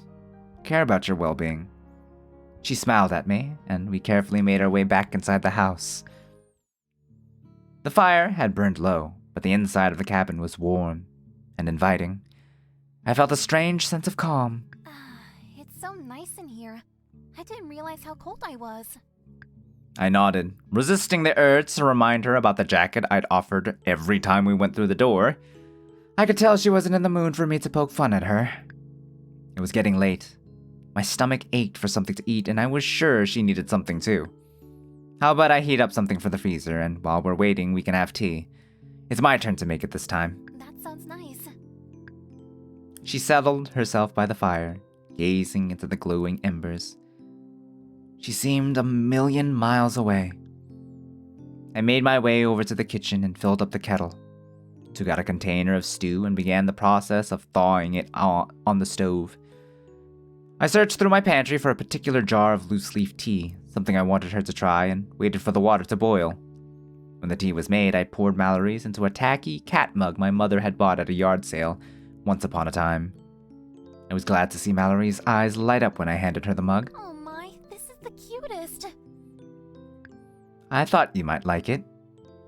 I sat by her on the couch. The rain was coming down again, drumming hard on the window. We sat, just listening, sipping our tea. This tea is super yummy. Where did you get it from? Whew, I was hoping you'd say that, actually. I actually made it myself. If you didn't like it, I probably would have told you it was a free sample that came in the mail or something. You really made it? Like you grew it in your fish garden? Yep. Harvested the tea leaves myself, dried them, tested different blends. That's amazing. Who taught you all that? I cleared my throat, a little nervous. My mom did. She was a doctor, but she always had an affinity for herbal home remedies, too. You know, ginger for an upset stomach, honey for a sore throat, antibiotics for an infection. When I was a kid, I didn't know there was any difference. All I knew was that whenever I was sick or hurt, my mom would whip out some drink or salve that made everything better. It was like witchcraft. Welcome back, David. Ooh, shrimp. Very good. Sounds delicious. She was really the one who taught me all about plants, how to take care of them, how they can be used. Remembering my mother like this made my throat feel tight, brought a tear to my eye and a smile to my lips. It was the strangest feeling. Totally bittersweet. Therefore Oh, I see. I didn't know ants ate shrimp, although I guess they are just sort of like opportunistic detrivores, so I guess it would make sense. Mallory's voice softened. Your mother sounds incredible. If she was a doctor, then she probably saved many lives. Yeah. She and my father both helped save many people. Gathering the courage to continue talking about them, I took a deep breath and closed my eyes. They both died helping people, until the bitter end. They tried to save as many lives as possible. Mallory put her hand on top of mine. It was unusually warm, probably as a result of her holding onto the tea mug. They left behind a wonderful person, and you should be proud of that fact. I'm sorry that you lost them. Hearing her kind words nearly sent me into another wave of emotions, but I managed to hold them back. Thanks. So, is it your turn again? I've told you about my parents and my dog, but you haven't told me anything about your family. I tried to make my voice sound light and teasing, but really, I was serious. I wanted to know her. Her hand twitched. For a second, I was afraid she would take it away, but she didn't. She just stared at me. And the silence went on so long, I felt I had to fill it. Honestly, Mallory, why are you so secretive? Why can't you tell me what you were doing out in the rain that night? I want to know what brought you to me. That did it. She pulled away and sank a little deeper into the couch. Looking so sorrowful, it hurt. I'm scared to talk about it. Just thinking about it hurts so much. And And I'm afraid that if I say it out loud, I won't be able to take the pain. I frowned. I understand. But if you share it with someone who cares about you, then they'll carry some of that pain too. You shouldn't have to shoulder it alone. That someone is me, by the way, in case it wasn't obvious. She smiled softly. I do want you to know me. To know about them. My family. Life was hard, but I loved them so much. It was just me, my mom, and my little sister. That was my bubble. We lived in a 2-bedroom apartment. We learned to do a lot with the little. Cooking nice meals out of subpar food, dressing up in old worn-out clothes, reenacting our favorite books when we couldn't read because the power was out again and there was no light. Our mom was a factory worker, so she had to go out every day to earn money for us so that we could at least survive.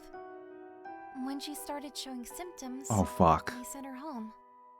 She tried to protect us. She stayed in her room, but we still went in, always trying to get her to eat or drink, giving her aspirin to keep down that awful fever. She kept telling us to stop coming in. We called for an ambulance already, but we were still on the waiting list. And what were we supposed to do? Leave her to die alone in her room? Well, she did die. My sister was with her when it happened. But I was out in the kitchen making us all something to eat. I can't even remember what it was. Hey, Rice Ball. Welcome to the stream. Hello, Raiders. Nice to see you. How you guys doing? You chose one heck of a time to come on. But how was Final Fantasy, Rice Ball? Did you have a good time? Hello, Raiders. Allow me to introduce myself. Hi. Nice to meet you. What is happening? Are you crying? I'm not crying. I'm not crying yet. I'm not crying yet, I think, is the way to look at it. But I might end up crying. But hey, allow me to introduce myself. Kel's not crying. You're crying. Anyways, hello, Raiders. Nice to meet ya. I'm Kelrev, owner, operator, and proprietor of Kelrev's The Chest of the Best, the adventurer's best friend, where you can get everything you want for just your top half off. I'm the little tiny mimic PNG tuber in the bottom right-hand corner, and tonight we are going through a universe where the pandemic lasted 20 years and is not over. So that should give you a good indication of how things are going right now. We are playing as a nondescript protagonist living off the grid in a cabin in the woods far from the city, self-sufficient, living his life, or not really living, just sort of surviving, until a mysterious woman, beautiful and with hair like platinum silver, appears after getting stuck in one of his bear traps. And yeah, just sort of like watching them sort of fall in love and reveal parts of themselves. And yeah, and it's a say-so game. It is a say-so game with some heavy themes. So I hope you're ready for that. Final Fantasy was fun. Played some Headbangers after. Ooh, I still kind of want to play Headbangers myself. It seems fun and cute. And also Fauna played it. But also now Riceball has played it, so that is another indication that I should play it for myself one of these days. One of these days. Do it, play with me. Alright, okay, alright. You've convinced me. I'll get to it. I mean, I've been thinking about it for a long time, so it's worth considering. But anyways, yes. To our Raiders and the lovely Riceball, if you have to... Oh, that's right, you're an Aussie. Yeah, it's late for all of us. If you have to step back, get some sleep, hydrate, eat, rest, decompress, do whatever it takes to get back to 100%, by all means, do not hesitate. And thank you once again, Riceball, for the raid. I hope it was a fantastic stream, and to the Raiders as well. That also applies to you, so if you have to step back, that's totally fine. But thank you for joining in the raid, and thank you for supporting Riceball in their endeavor to get through any sort of Final Fantasy dungeon. I'm gonna go make myself another spider drink and I'll be back to watch you. Alright, I have to wonder how much longer we have in this, though. Oh boy, though. A tear ran down Mallory's cheek. By the time it was our turn for the ambulance to come, it was was only to take away a body. Yeah, you guys picked a time to come here, My alright. sister and I, we didn't know what to do. How were we going to be able to buy food or pay for electricity? We were at the mercy of companies already struggling to produce anything. Factories in the middle of shutdowns due to waves of sickness. And it just seemed hopeless. But, we had learned about people living outside the cities. Smaller communities living off the land instead of trying to survive the old way. We thought, if that was real, maybe we should just leave the city behind. Somehow figure out a way to be like those people. Like you. Mallory, where's your sister? I nodded. For a long time, I'd wondered why anyone had ever chosen to stay in the cities. Eventually, I realized not everyone was lucky enough to have inherited an off-grid cabin like I did. I couldn't imagine the impossibility of getting started from scratch. Mallory gripped the edges of her sweater dress so tightly, she trembled. About a week after our mom died, my sister gave me some laundry she just finished washing.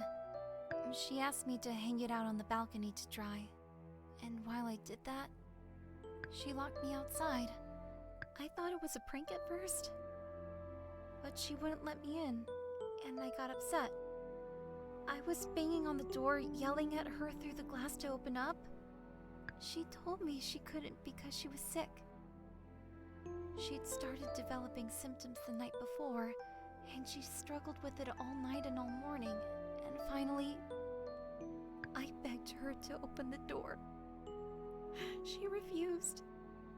She said there was no safe way for us to stay together. Our mother's attempts to protect us hadn't worked. So my sister decided to take drastic action while she could. My fucking God. My heart sank like a stone with every word she spoke. She locked you out to save you. Mallory nodded slowly. We both cried, looking at each other from opposite sides of the glass, while she begged me to go. So, I did. I climbed down the fire escape and just started walking. I wandered along the river and out through the suburbs into the woods. I didn't have anywhere to go, so I just kept on going. Eventually, I was heading up the mountain, totally lost, and that's when I found this place. I shook my head, completely at a loss for words. I never could have imagined that this was her tale. Even when she first came to me, bleeding and rain-drenched, she'd been bright and kind and helpful. Then, I remembered the quiet little sobs I'd heard after turning my back, and the way she sometimes seemed so far away. And I wanted to wrap her up in my arms and hold her so tight that no more grief could touch her. She turned and smiled at me through her tears, and I realized how good she was at putting on that brave, optimistic face. I still think that maybe, somehow my sister's okay. Maybe she called for help and they came in time and found room for her in a hospital ward, and she's fighting right now to pull through. I wonder if this was fate all along. I found you, and you taught me all these things. And we're all going to be just fine. Stunned by her words, I slid off the couch and knelt before her. My body acted on its own. Relieved that she was safe, here with me, I took her hands in mine to reassure her. I think you're right. I think it was fate. Because as much as you needed someone like me, I needed someone like you even more. I felt like I was drowning in her eyes. The rain was beating down outside, roaring louder as gusts of wind sent torrents crashing against the cabin. I felt this closeness with her, and I hungered for more. More talking, more banter, More laughter, more time, more touching, more everything. Through the noise of the rain, I heard the pot of stew I'd left on the stove starting to bubble. I should check that. Mallory wiped her tears as I got up and returned to the kitchen. The stew had thawed and heated through quite nicely, especially considering I'd left it unattended for so long. Imagine how awkward it would have been to serve her burnt food after that whole talk, snorted my brain. I brought Mallory a bowl. She thanked me. We sat and ate and talked a little, the conversation growing lighter as the cabin darkened. The storm kept on outside, and soon rolling claps of thunder were shaking the sky. Mallory's face grew pale as the noise grew. She set her empty bowl aside and shifted uncomfortably, eyes glistening. It's gotten pretty late. I guess we should go to sleep. Are you okay? Oh, totally. I just feel a little on edge during storms, that's all. No big deal. It's really fine.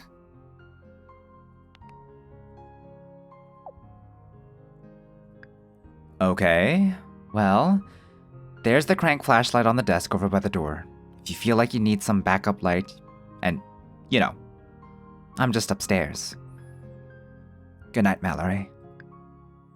I climbed upstairs, got undressed, crawled into bed, stared at the ceiling as rain pounded the window beside me, wind howling down over the mountain ridge. I thought about everything Mallory had told me, and everything that had happened between us over the past few days. I turned off the light. Slowly, I drifted towards sleep, less and less aware of the flashes of lightning and booming thunder. I started to dream without fully realizing it, imagining that my old house cat, Fidget, had crawled onto the bed with me, imagining that my bed was floating on ocean waves. A crack of thunder louder than the rest, and a squeal coming from somewhere very close, woke me.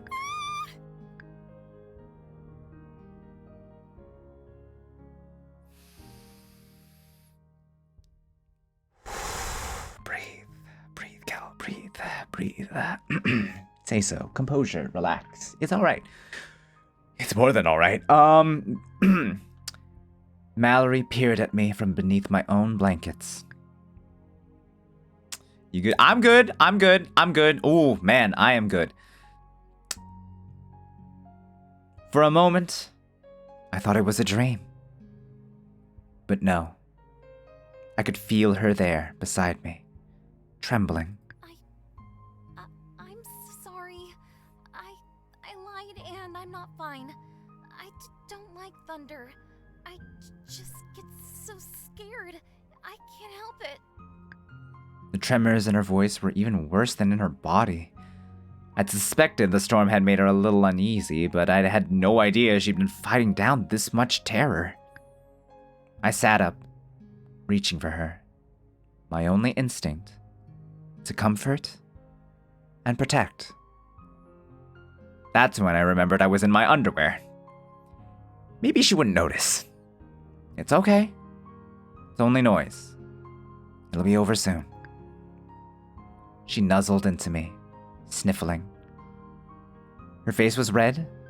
Moisture glistened on her face, her chest. She was sweating and crying, and her heart pounded so hard I could feel it through the mattress. I don't want to sleep alone tonight. Okay. It's okay. I stopped short, in disbelief of how much my mindset had changed. How had I gone from refusing to be anywhere near her to this?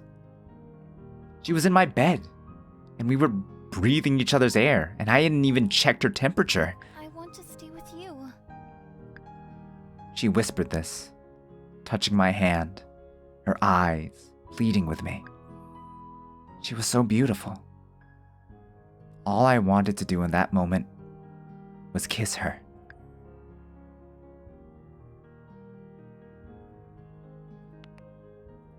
Hold back, dude. That's not what this is. Don't take advantage of this. All right? No, no, no, no. It's too soon. That's not right. That's not right. That's not what you should do in this situation, okay? No, no, no, no, no, no, no, no. Dame, dame, dame, dame. I decided not to move. Too afraid of ruining this already perfect moment. Don't give me that look. Don't give me that look. There's a time for everything, and that is not this time. You'll know what you want.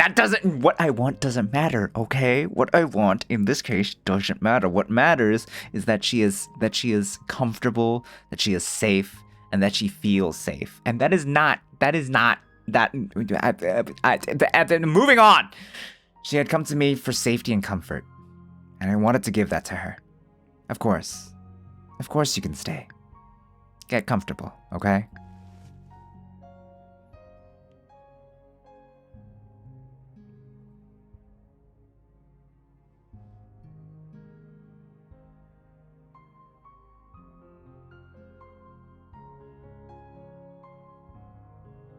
Don't look at me like that, Ra. So where are you looking right now? Her eyes, okay? Look at them. Aquamarine. That's my favorite shade of blue. Kind of want to get a closer look. No, no, no, no, no, no, no, no. Moving on, moving on. She shifted closer to me, resting her head on the pillow next to mine. She sniffled, giving me a soft smile as I stroked her hair. Thank you for everything. You make me feel so safe. I watched Mallory's eyes fall shut. Her breathing became slow, deep and slow. And though she'd fallen asleep, that little smile never faded. I kept stroking her hair. It felt so soft between my fingers. I was hypnotized. Aquamarine is nice, but I like Ceylon a bit more. It's a nice shade. I agree. Don't ask me the color of anything. Why? How had I lived all alone for so long? How had I not known what I was missing? As the storm gradually retreated and the night grew darker and quieter, I struggled to keep my eyes open. Maybe I was a little afraid that if I let myself fall asleep, I'd wake up to find this was all a dream. But eventually, I fell asleep anyway. Integration. What time is it? How many chapters are there?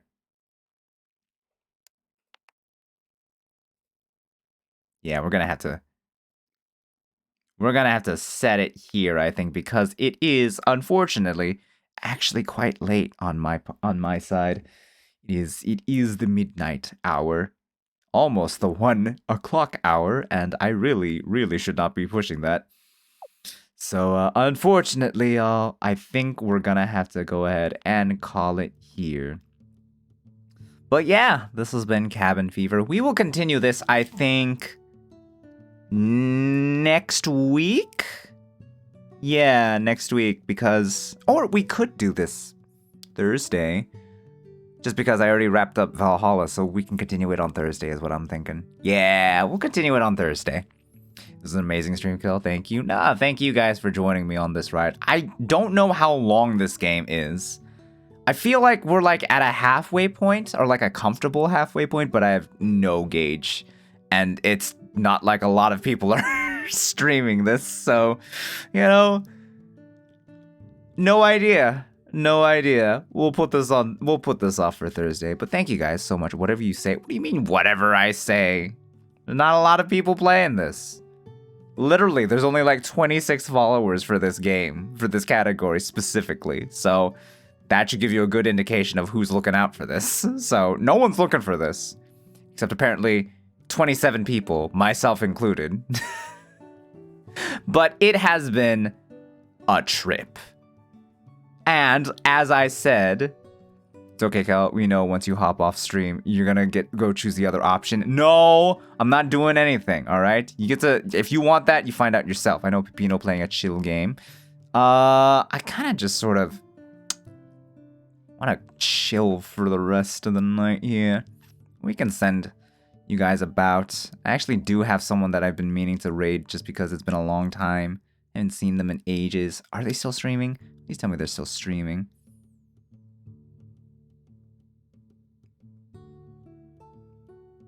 They are still streaming. But there's also a couple of people who I haven't raided in a long time who are also still streaming right now. God dang it. Need something chill.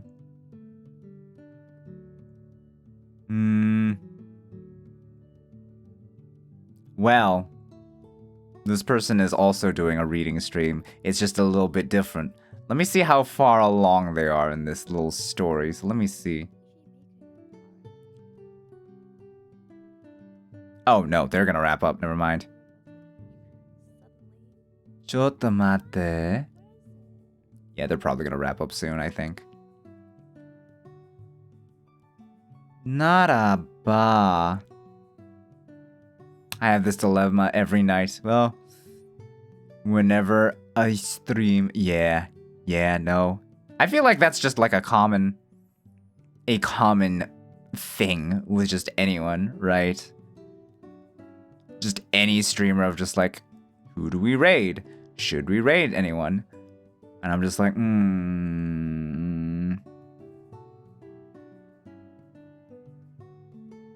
me see. Wait, when did I end up here? Are? Oh, because yeah, she would. Okay.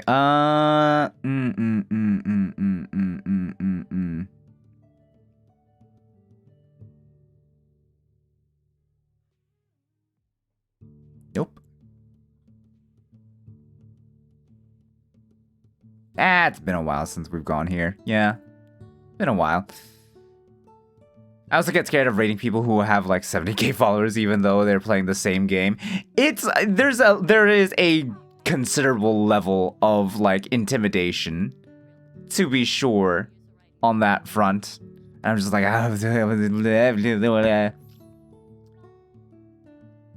but I am uncertain.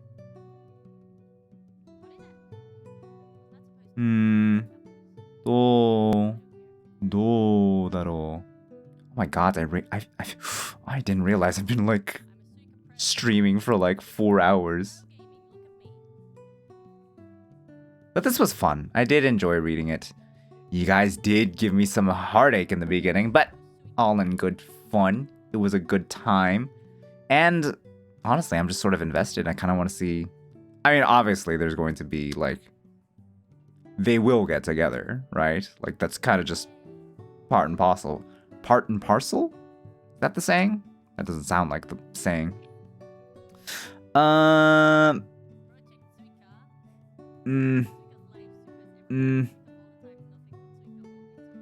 know what? It's been a while since I've been. Yeah, okay. This person hasn't been someplace I've been in a long time, so I'll send you guys through with them. Oh, AFK for an hour. Oh my god, they're in the middle. They're not there right now. Never mind. Gods, how does this happen? What is with today of all days? 一体何があったんですか? どうする? どうしますか? Let me look at art. In that case. Wow, okay, not quite what I was expecting. What the hell? Why is that labeled as art? Okay, I'm just gonna go ahead and ignore that. That's it, yeah, Anyways.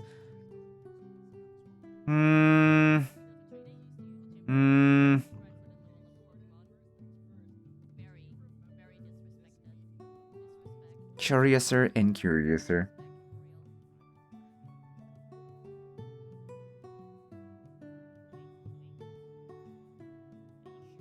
How do you guys feel about Persona 3? No, sorry, Persona 4.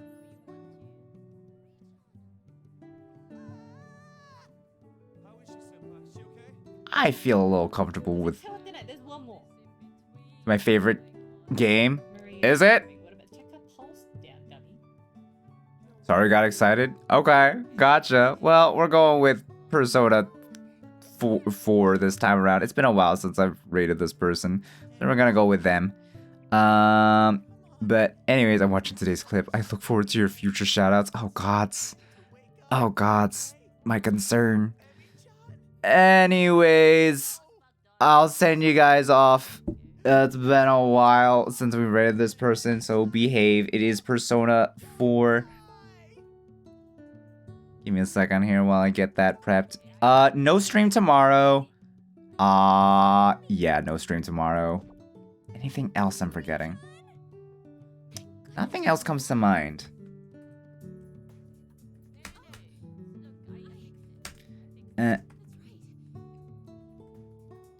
And yes, there we go. And anyways, it feels like everyone kind of sort of like had there was a variety of raids go here, so we might as well keep the chaotic energy going by going with a bit of the mood whiplash. But am I forgetting anything? No. There's your raid message for those of you who are subbed. There's the raid message for those of you who are follow. I will moisten and stretch after I send you guys off. But yes.